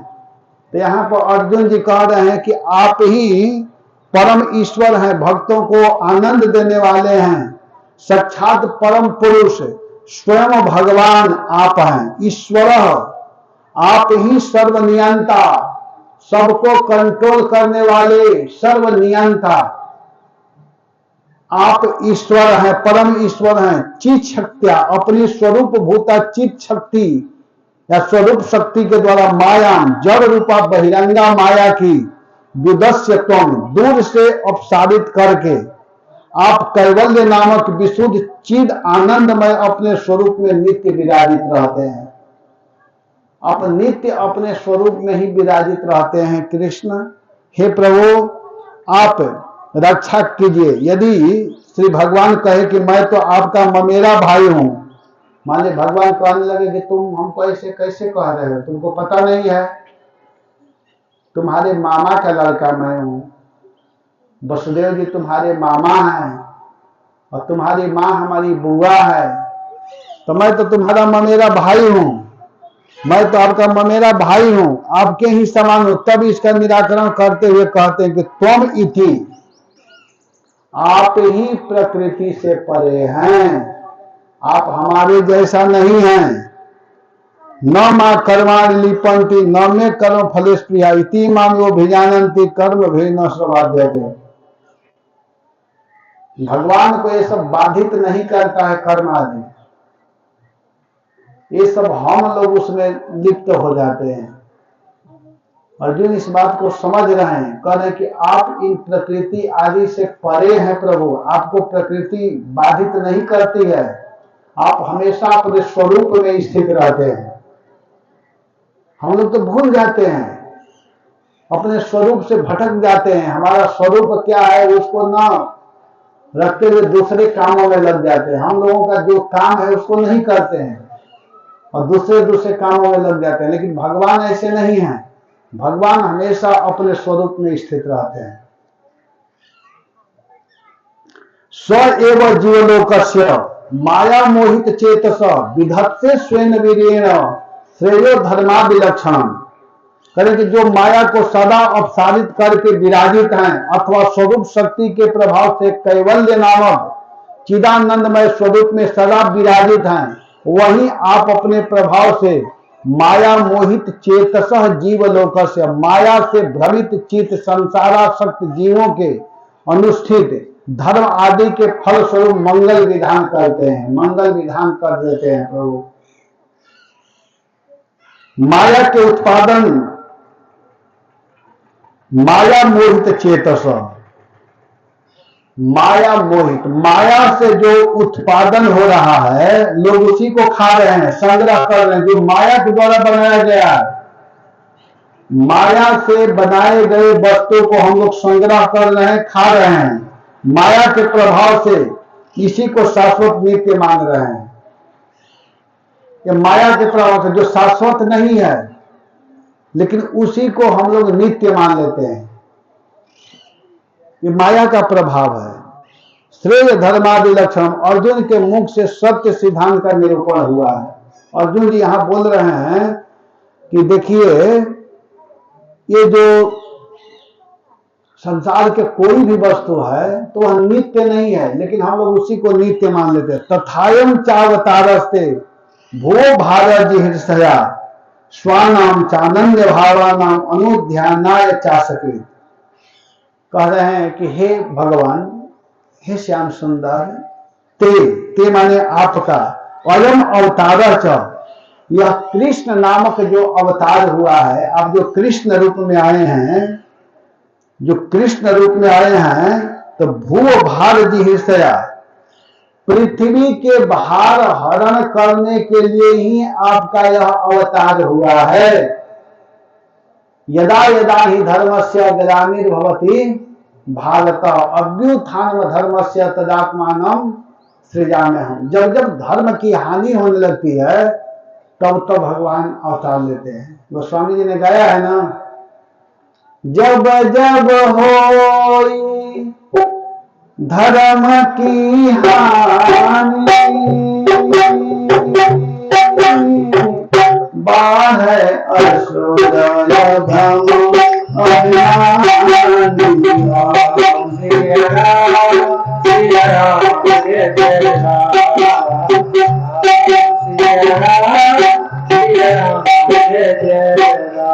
जब जब धर्म की हानि होती है तब तब भगवान इस धरा धाम पर अवतार लेकर के आते हैं।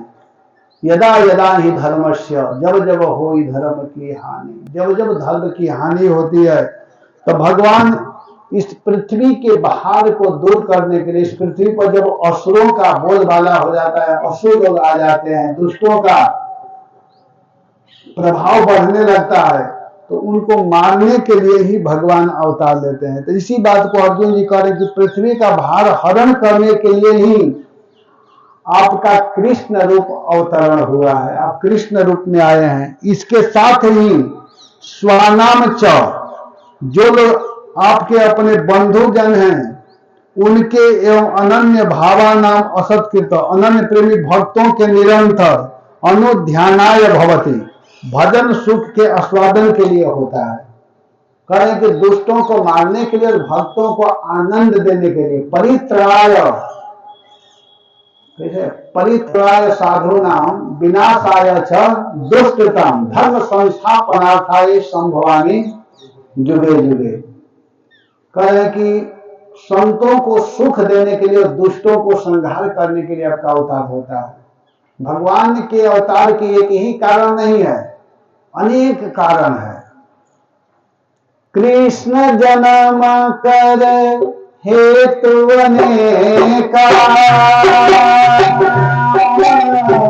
परम विचित्र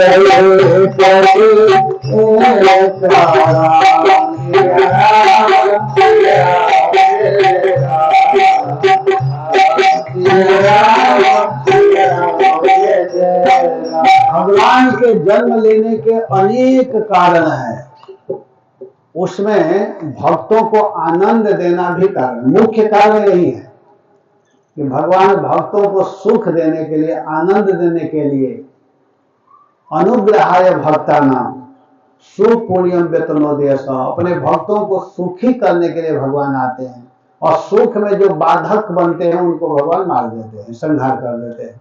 जैसे हम लोग धान गेहूं की खेती करते हैं तो गेहूं की खेती गेहूं के लिए करते हैं, लेकिन बदले में भूस आदि भी मिल जाता है। गाय पालन हम लोग करते हैं दूध के लिए, लेकिन बदले में क्या मिलता है? गोबर मिलता है, गोमूत्र मिल जाता है। तो वैसे ही भगवान सच पूछिए तो अपने भक्तों के ऊपर प्रेम देने के लिए, आनंद देने के लिए, सुखी करने के लिए आते हैं, लेकिन भक्तों को बीच में दुष्ट लोग डिस्टर्ब करते हैं तो उसको भगवान हटा देते हैं। तो अर्जुन जी इन्हीं सब बातों को कह रहे हैं कि स्वानाम च, इसके साथ ही स्वानाम, जो लोग आपके अपने बंधु जन हैं उनके एवं अनन्य प्रेमी भक्तों के निरंतर भजन सुख के आस्वादन के लिए आपका अवतरण होता है। आप जन्म लेते हैं कि भक्तों को किसी प्रकार का कोई दिक्कत न हो, कोई समस्या न हो, उसको आनंदित करने के लिए आप आते हैं। किबिदम स्वित कुतो वेति देवदेव न वेद्यहम्, सर्वतो मुखमायाति तेजः परमदारुणम्। देव देव, हे देवताओं के भी देव, हे आराध्य देव, हे देवताओं के भी स्वामी ईश्वर आराध्य देव, इदम यह सर्वतो मुखम परम दारुणम तेजः, हे भगवान सर्वाधिक व्यापी महाभयंकर जो तेज है, इसका पुंज देखिए। किम श्रुता, यह क्या है? सामने बहुत तेज दिखाई दे रहा है, बहुत प्रकाश आ रहा है, जला रहा है। आयाति इति अहम न वेदमहम, ये कहां से आ रहा है? इसको अहम न वेद, मैं इसको नहीं जान पा रहा हूं, मैं नहीं समझ पा रहा हूं, ये तेज कहां से आ रहा है।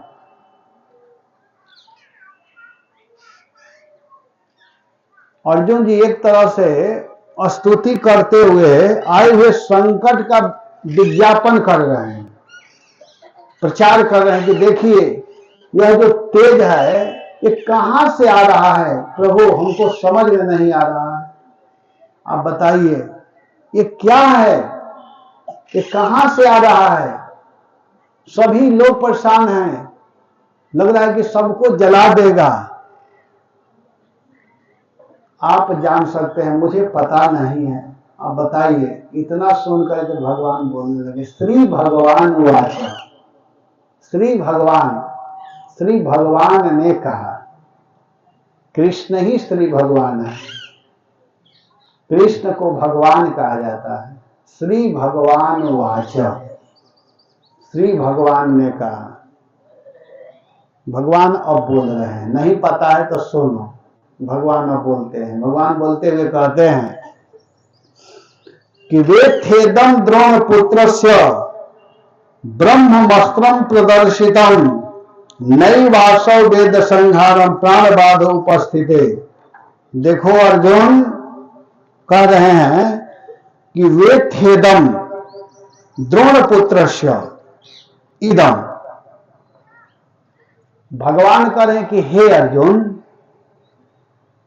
द्रोण पुत्र से प्राण बाधम उपस्थित, यह जो तेज आ रहा है ये अश्वस्थामा के द्वारा, जो द्रोणाचार्य के पुत्र अश्वस्थामा है, द्रोण पुत्रम, जो द्रोण का पुत्र है, द्रोणाचार्य का जो लड़का है अश्वस्थामा, प्राण बाध उपस्थित, प्राण संकट उपस्थित होने पर जब उसको लगा कि उसका प्राण चला जाएगा तो अपने प्राण को बचाने के लिए अश्वत्थामा के द्वारा छोड़ा हुआ, अश्वत्थामा इसको छोड़ा है, ब्रह्म अस्त्रम वेथा, यह ब्रह्म अस्त्र है, ब्रह्मास्त्र, अश्वत्थामा के द्वारा छोड़ा हुआ यह ब्रह्मास्त्र है।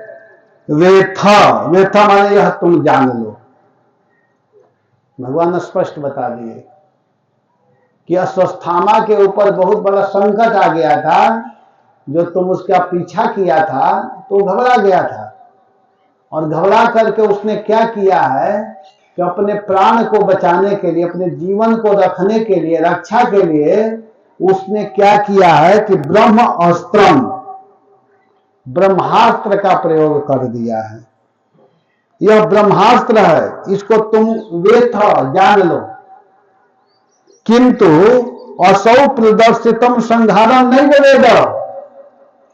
इसको छोड़ना तो ये जानता है, लेकिन इसको लौटाना नहीं जानता है, ये भी सुन लो। भगवान कृष्ण करें कि छोड़ना जानता था, छोड़ दिया, लेकिन अब यह लौटाना नहीं जानता है। तो अर्जुन को तो भगवान क्या होगा जब लौटाना नहीं जानता है? तो भाई देखो ये बिल्कुल नहीं जानता है, तो छोड़ दिया। और अर्जुन और घबरा गए। अब इस ब्रह्मास्त्र का निवारण कैसे होगा? तो भगवान कहते इसका निवारण भी ब्रह्मास्त्र से ही होगा, और कोई दूसरा उपाय ही नहीं है। कोई दूसरा बाण छोड़ोगे तो कुछ भी नहीं कर सकता है, इसको कुछ भी बिगाड़ नहीं सकता है। इसको लौटाने के लिए भी ऐसा ही तगड़ा ब्रह्मास्त्र छोड़ना पड़ेगा। ब्रह्मास्त्र से ही ब्रह्मास्त्र का समाधान है, रुकावट है, नहीं तो रुक नहीं सकता है। संहारण नहीं वेद, इसको लौटाना नहीं जानता है। अस्य प्रत्यवकर्षणम, इस ब्रह्मास्त्र का निवारण करने वाला अन्यतम किंचित अस्त्र नहीं तुम अपनी, ब्रह्मास्त्र के अलावा अन्य कोई अस्त्र है ही नहीं। इसको लौटाने के लिए एकमात्र कोई उपाय है तो ब्रह्मास्त्र है। तो कहे प्रभु तो क्या किया जाए? कहे कि त्वम असि, तुम इसको जानते हो, तुमको पता है, तुम ब्रह्मास्त्र छोड़ना भी जानते हो और लौटाना भी जानते हो। वो पढ़ाई आधा किया है, तुम पूरा किए हो। भगवान बोले कुछ लोगों को आधा ज्ञान होता है, अर्ध ज्ञान, और अर्ध ज्ञान में ही चल देते हैं लड़ने के लिए। पूर्ण ज्ञान प्राप्त करके ही लड़ना चाहिए। एक बार की बात है, जब हम पढ़ रहे थे संस्कृत, उस समय भी मैं कथा कर रहा था, तो संस्कृत विद्यालय में पढ़ रहे थे, तो एक लड़का भी पढ़ रहा था हम लोगों के साथ में बरसाना में। तो क्या हुआ कि वो एक भागवत कथा करके आया कलकत्ता से। बहुत पहले की बात है, लगभग 13-14 साल 15 साल पहले की बात है। तो आया तो कुछ लड़के हमसे कहे कि ये कथा करके आया है।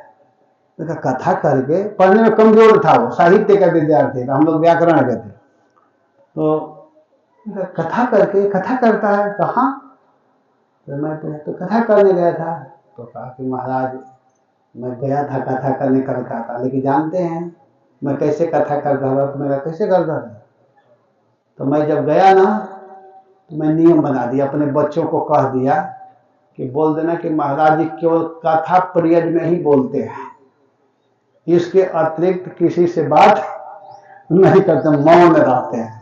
क्योंकि कहीं कोई प्रश्न न कर दे, प्रश्न कर देगा तो उत्तर तो मालूम है नहीं हमको, अगर प्रश्न करेगा तो मैं फंस जाऊंगा। तो मैं कहा यार तू तो बड़ा बुद्धिमान है। उसने बुद्धि लगा लिया। कथा के बाद में लोग प्रश्न करते हैं ना, तो उसको तो बेचारा पढ़ा था नहीं, जैसे तैसे कथा सुन करके बस कथा करने चला गया था। तो आया तो मैं तू कथा करता है, भागवत तो कभी पढ़ा नहीं।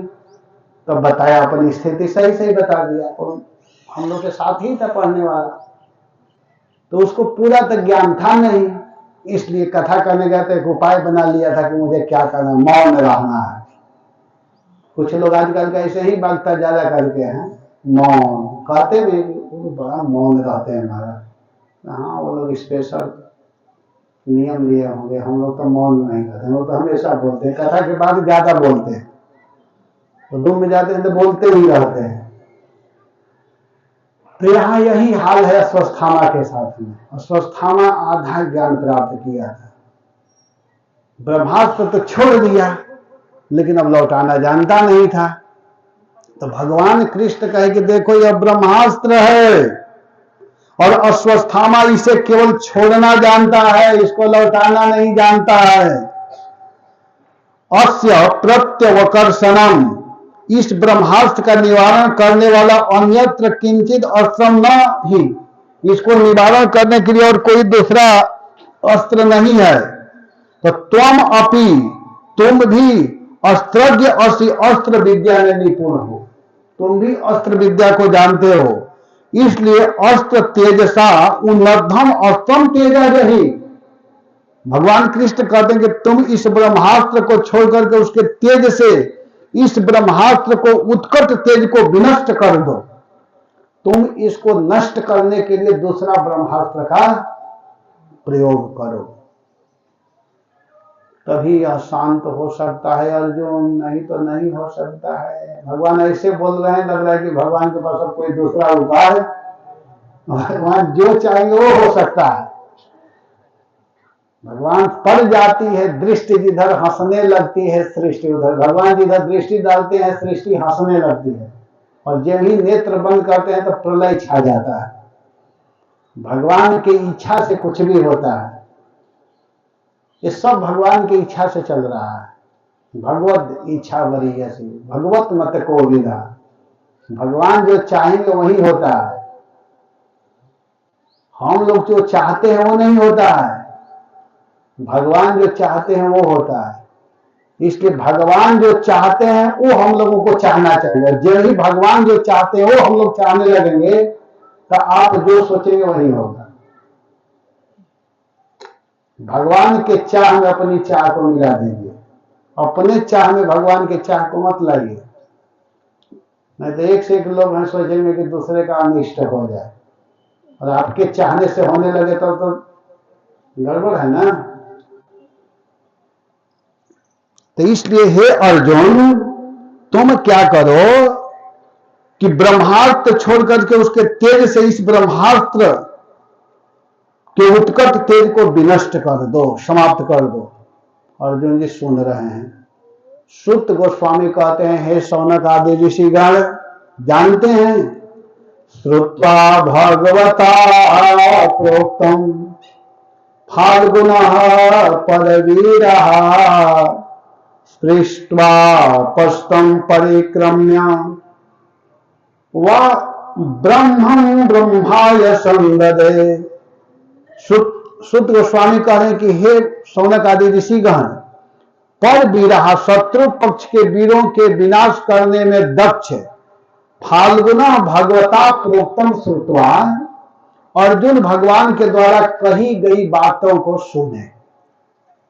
भगवान जो कह रहे थे उसको अर्जुन ने सुना, और सुनते ही अपस्पृष्ट्वा, तुरंत जल लेकर के आचमन किए, और आचमन करके ब्रह्माय ब्रह्मम संदधे, उस अश्वत्थामा के ब्रह्मास्त्र का निवारण करने के लिए, रोकने के लिए ब्रह्मम संदधे, एक दूसरे ब्रह्मास्त्र का प्रयोग किए। कौन कौन किए? अर्जुन, अर्जुन जी किए। अश्वत्थामा 2 बार ब्रह्मास्त्र का प्रयोग किया है, ध्यान देना चाहिए। एक बाद में करेगा, उस कथा को भी हम लोग सुनेंगे। पहला, एक बार एक भक्त प्रश्न किए थे मुझसे कि प्रभु जी यहाँ प्रश्न कर रहे हैं ब्रह्मास्त्र अश्वत्थामा कितनी बार छोड़ा था? तो मैं बताया कि 2 बार। कहेगी बहुत अच्छा हुआ, मैं तो टेंशन में था, क्या बताऊं। 2 बार छोड़े थे। अभी ध्यान रखिएगा, अभी पहला बार छोड़ा और 1 बार और छोड़ेगा। तो यहां जब छोड़ा तो अर्जुन जी क्या किए, यहां कह रहे हैं कि अर्जुन जी वीरों, शत्रु पक्ष के वीरों को विनाश करने में दक्ष अर्जुन भगवान के द्वारा कही बात को सुने और जल से आचमन करके कृष्ण की परिक्रमा किए।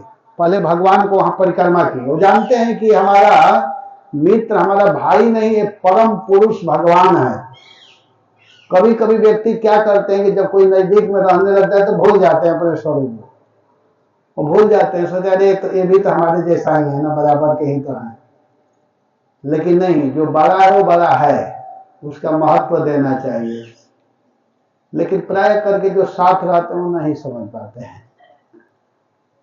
भगवान के महिमा को अर्जुन जी समझ रहे हैं, साथ में हैं, लेकिन देखे तो क्या किए कि वो प्रणाम किए, परिक्रमा किए, और परिक्रमा करके तम परिक्रम्य, भगवान को परिक्रमा करके ब्रह्माय ब्रह्मम संगदे, अश्वस्थामा के ब्रह्मास्त्र को निवारण करने के लिए एक अपना ब्रह्मास्त्र चला दिए, अपने ब्रह्मास्त्र को छोड़ दिए।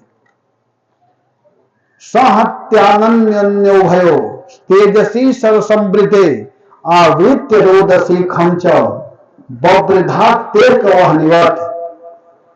जब इनका ब्रह्मास्त्र चला तो दोनों के अर्थात अश्वस्थामा और अर्जुन, उधर से अश्वस्थामा छोड़ा था और इधर से अर्जुन जी छोड़ दिए, तो दोनों ब्रह्मास्त्र सर्व संवृते अनोन्यम संहृत्य, वे दोनों बाण ब्रह्मास्त्र परस्पर टकरा करके, दोनों टकराया और टकरा करके तेजसा रोदसी खंच, अपने तेज द्वारा पृथ्वी स्वर्ग और आकाश को आवृत्य सब ओर से घेर लिया, सारे आकाश पृथ्वी आदि को घेर लिया। और अर्क बहनिवत बवृधाते, प्रलय काल में संकर्षण के मुख से निस्तृत एवं उपस्थित सूर्य के समान परस्पर मिल करके वे दोनों ब्रह्मास्त्र ऐसे बढ़ने लगा, सारे संसार में फैल गया, ऐसा बढ़ा। दोनों ब्रह्मास्त्र के परस्पर में टकराने से अग्नि संपूर्ण दिशाओं में फैल गई। जब दोनों आपस में टकराया तो और आग उत्पन्न हो गया। वो आग कैसा हुआ, जैसे प्रलय काल में भगवान संकर्षण प्रलय के लिए छोड़ते हैं वैसा हुआ, 100 गुना बढ़ गया। जो 1 गुना चल रहा था वो 100 गुना सब जगह जलन होने लगा, सब परेशान हो गए। दृष्ट्वा तेजस्तु त्रयोस्त्रिलोकान् प्रदर्न हनुमहत् दह्यमानः प्रजा सर्वे सांवर्त क्रममंसते। अर्जुन और अश्वस्थामा के ब्रह्मास्त्र के तेज से तीनों लोकों को जलाना प्रारंभ कर दिया। वह तेज तीनों लोक को जलाने लगा। महाभयंकर अस्त्राग्नि को देख करके जलते हुए सभी लोग यही मन में मान लिए कि अब प्रलय काल में विश्व दग्ध करने वाली यह सांवर्तक अग्नि है, अब प्रलय हो करके ही मानेगा। जानते हैं जब प्रलय होता है, प्रलय मतलब समझ जाइए आप लोग, तो प्रलय जब होता है तो कोई घर मकान नहीं रहता है। आप लोग कितना ही सुंदर मकान बना लीजिए, कुछ नहीं रहता है, यह सीधा ऐसे उलट जाता है और केवल जल ही जल रहता है। जल जल जल, केवल जल जल, पानी ही पानी रहता है और कुछ नहीं।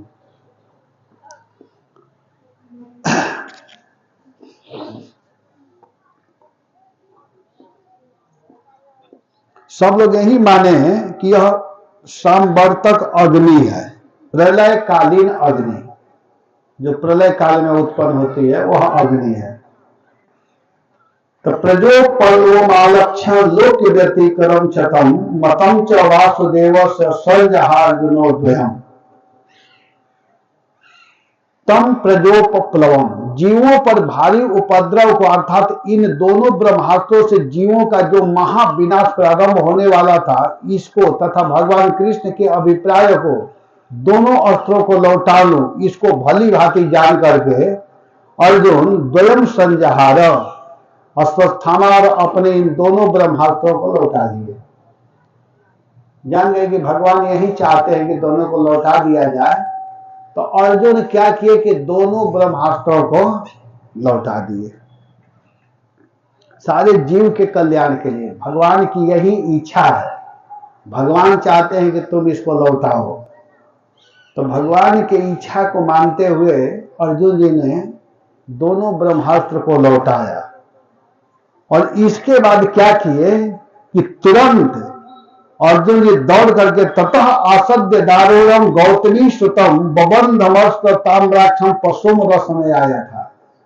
अर्जुन जी लौटाने के बाद क्रोध के कारण रक्त नयन अर्जुन बड़े वेग से दौड़े और दौड़ करके उस क्रूर कर्मा जो गौतमी का लड़का जो अश्वत्थामा है उसको बलपूर्वक पकड़ लिया। अर्जुन अश्वत्थामा को पकड़ लिए और पकड़ करके जैसे कोई पशु को रस्सी में बांधता है वैसे ही अर्जुन जी अश्वत्थामा को रस्सी में बांध दिए।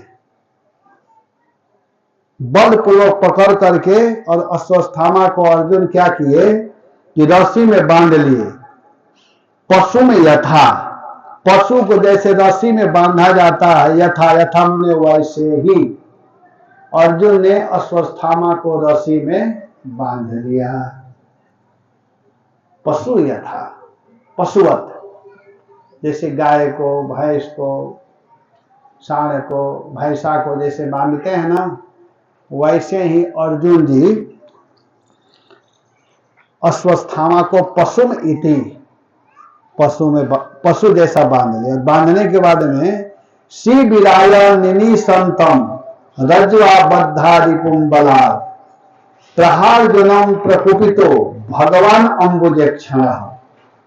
रस्सी से बांध करके शत्रु अश्वत्थामा को बलपूर्वक अपने शिविर की ओर, जिधर पांडवों का शिविर लगा हुआ था जहां से वह दुष्ट 5 पुत्रों को मार करके सिर को ले गया था, उस शिविर की ओर निनी संतम अर्जुनम ले जाने के इच्छुक अर्जुन से अंबुजेक्षणम भगवान प्रकोपित प्राह, ले जाने के इच्छुक अर्जुन से कमल नयन भगवान कृष्ण क्रोधित सा होकर के बोले।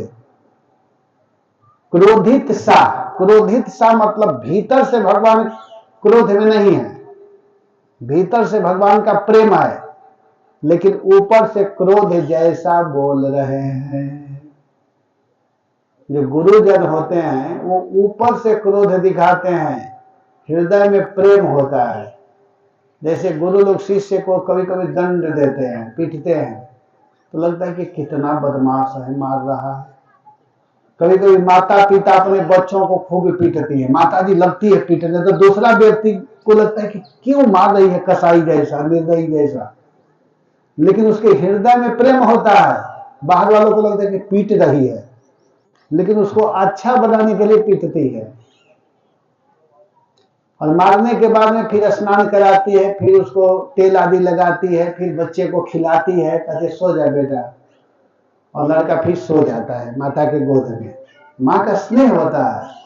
जो गुरु होते, गुरु कुम्हार शिष्य कुंभ है, घड़ी घड़ी काटे खोट, अंतः हाथ सहार दे बाहर मारे चोट। गुरु कुम्हार की तरह होते हैं। जैसे कुंभकार है जो घड़ा बनाता है, वो क्या करता है कि घड़ा के भीतर हाथ को रखता है और ऊपर से ऐसे पीटता है। क्यों पीटता है? कि घड़ा अच्छा से अच्छा बने, खराब करने के लिए नहीं, अच्छा बनाने के लिए। वैसे ही गुरु लोग होते हैं। तो भगवान की हृदय में दया है लेकिन ऊपर से क्रोध दिखा रहे हैं। क्रोध में है, क्रोधित सा हो करके। यद्यपि भगवान भीतर से क्रोधित नहीं थे। मैनम पार्थार हसीत्रा तुम ब्रह्म बंधो इमं जहीम यो सावनगसम सुप्ताम अवधित निशि बालकान। भगवान श्री कृष्ण ने अर्जुन से कहा कि हे पृथानंदन अर्जुन, पार्थ, इस अश्वत्थामा को क्षमा मत करना। भगवान बोल रहे हैं क्योंकि बिल्कुल इसको मत छोड़ना। अश्वत्थामा को लगता होगा कि कृष्ण को भी दया नहीं है, इनको तो दया करनी चाहिए, लेकिन ये भी दया नहीं कर रहे हैं। भगवान ऊपर से कहते इसको बिल्कुल मत छोड़ना, बड़ा बदमाश है। इमं ब्रह्म बंधु जही, यह ब्राह्मण अधम है, इसको मार डालो, वध कर दो, इसको मार ही दो। क्योंकि यह असौ अनागसः सुप्तान बालका निशि अवधि, यह दुष्ट ने, यह पापी अश्वत्थामा है, जिसने निरपराध, जो कोई गलती नहीं किए थे, ऐसे सोए हुए बच्चों को रात में छिप करके वध किया है, इसलिए यह हत्यारा है और ऐसे हत्यारा का वध करना जरूरी है। इसको मार ही डालो, छोड़ो मत, इसका वध करो। ऐसे लोगों को नहीं छोड़ना चाहिए, ऐसे लोग पापी होते हैं। किसको मानना चाहिए? कह रहे हैं कि धर्मज्ञ व्यक्ति करे कि मत्तम प्रमत्तम उन्मत्तम सुप्तम बालम स्त्रियम जन्म प्रपन्नम विरथम भीतम न रिपो हंते धर्म में। देखिए कितना सुंदर बात भगवान बोल रहे हैं। कहते हैं कि धर्मज्ञ जो व्यक्ति होते हैं, जो धर्म को जानने वाले होते हैं, वह शत्रु होने पर भी, जो धर्म को जानते हैं वो शत्रु होने पर भी क्या करते हैं कि मद्यादि से मत, अगर कोई शराब पी लिया है, शराब पिए हुए व्यक्ति, असावधान व्यक्ति, जो सावधान नहीं है, असावधान व्यक्ति, ग्रहवात आदि से उन्माद और फिर रोग से ग्रस्त निद्रित व्यक्ति, जो रोग से ग्रस्त है, रोगी जो है, अथवा जो सोया हुआ व्यक्ति है, या बालक या स्त्री या मूर्ख, आत्मरक्षा के उद्यमहीन व्यक्ति, शरणागति जिसका रथ टूट गया है, तथा जो भयभीत व्यक्ति को नहीं मारता है। इतने लोगों को जो धर्म को जानने वाला है वो नहीं मारता है। किसको किसको नहीं मारता है? कि जो रोगी हो, जो शराब पिया हो, जो असावधान हो, जो रोग से ग्रस्त हो, बालक हो, कोई स्त्री हो या मूर्ख हो, पागल हो, तो उसका वध नहीं करता है। कहता है ये तो पागल है, छोड़ो इसको क्या मारना है, ये तो स्त्री है, ये तो छोटा बच्चा है। लेकिन अथवा जिसका रथ टूट गया हो, ऐसे लोगों का वध नहीं करते। परंतु यह निर्दयी अश्वत्थामा ठीक इसके विपरीत कार्य किया है। अश्वत्थामा इसके बिल्कुल विपरीत काम किया है, विपरीत कार्य किया है, धिक्कार है इसको। इसका तत्काल वध कर देना ही धर्म है। बच्चों को मारा है, छोटे छोटे लड़कों का वध किया है, इसलिए ऐसे लोगों को मारना ही चाहिए, ऐसे लोगों को वध करना ही चाहिए।